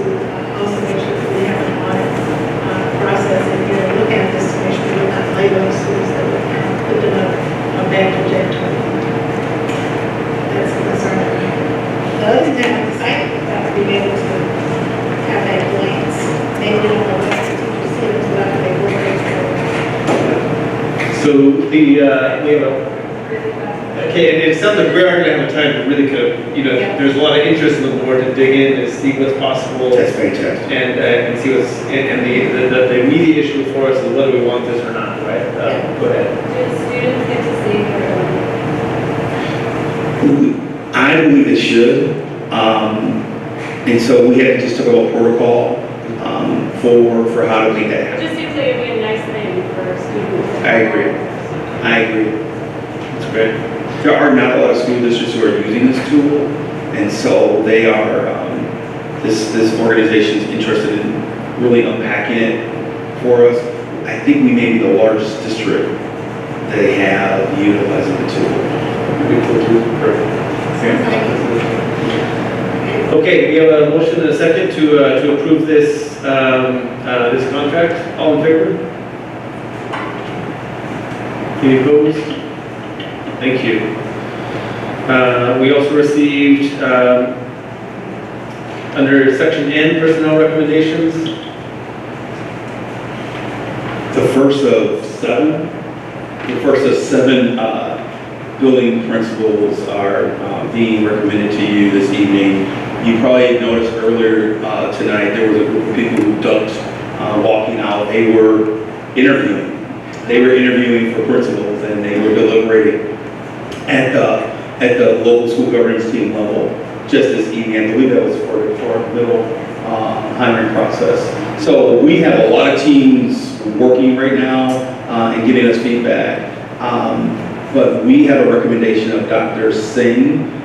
He's currently he's an assistant principal in the Gwinnett County School System.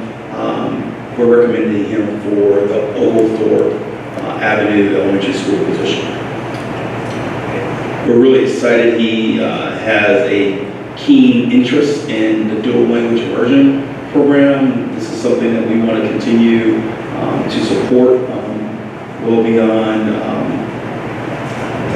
the tenure of the mother of the DLI program, Dr. Scarlett. So that's our recommendation. And if this, so we have two items here, number one and number two. You talked about the still in this first list. Okay. Yeah, and I really don't have any other.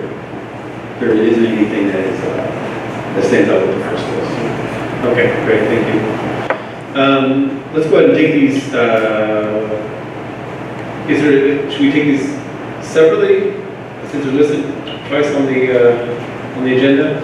Do you have a recommendation? I would take it separately. Okay, that's fine. The one that we had on our desk, and then the two that we had. The one on our desk is a change to. Is the one on our desk an amendment to the? It's an amendment to number one. Number one. So, right. Thank you.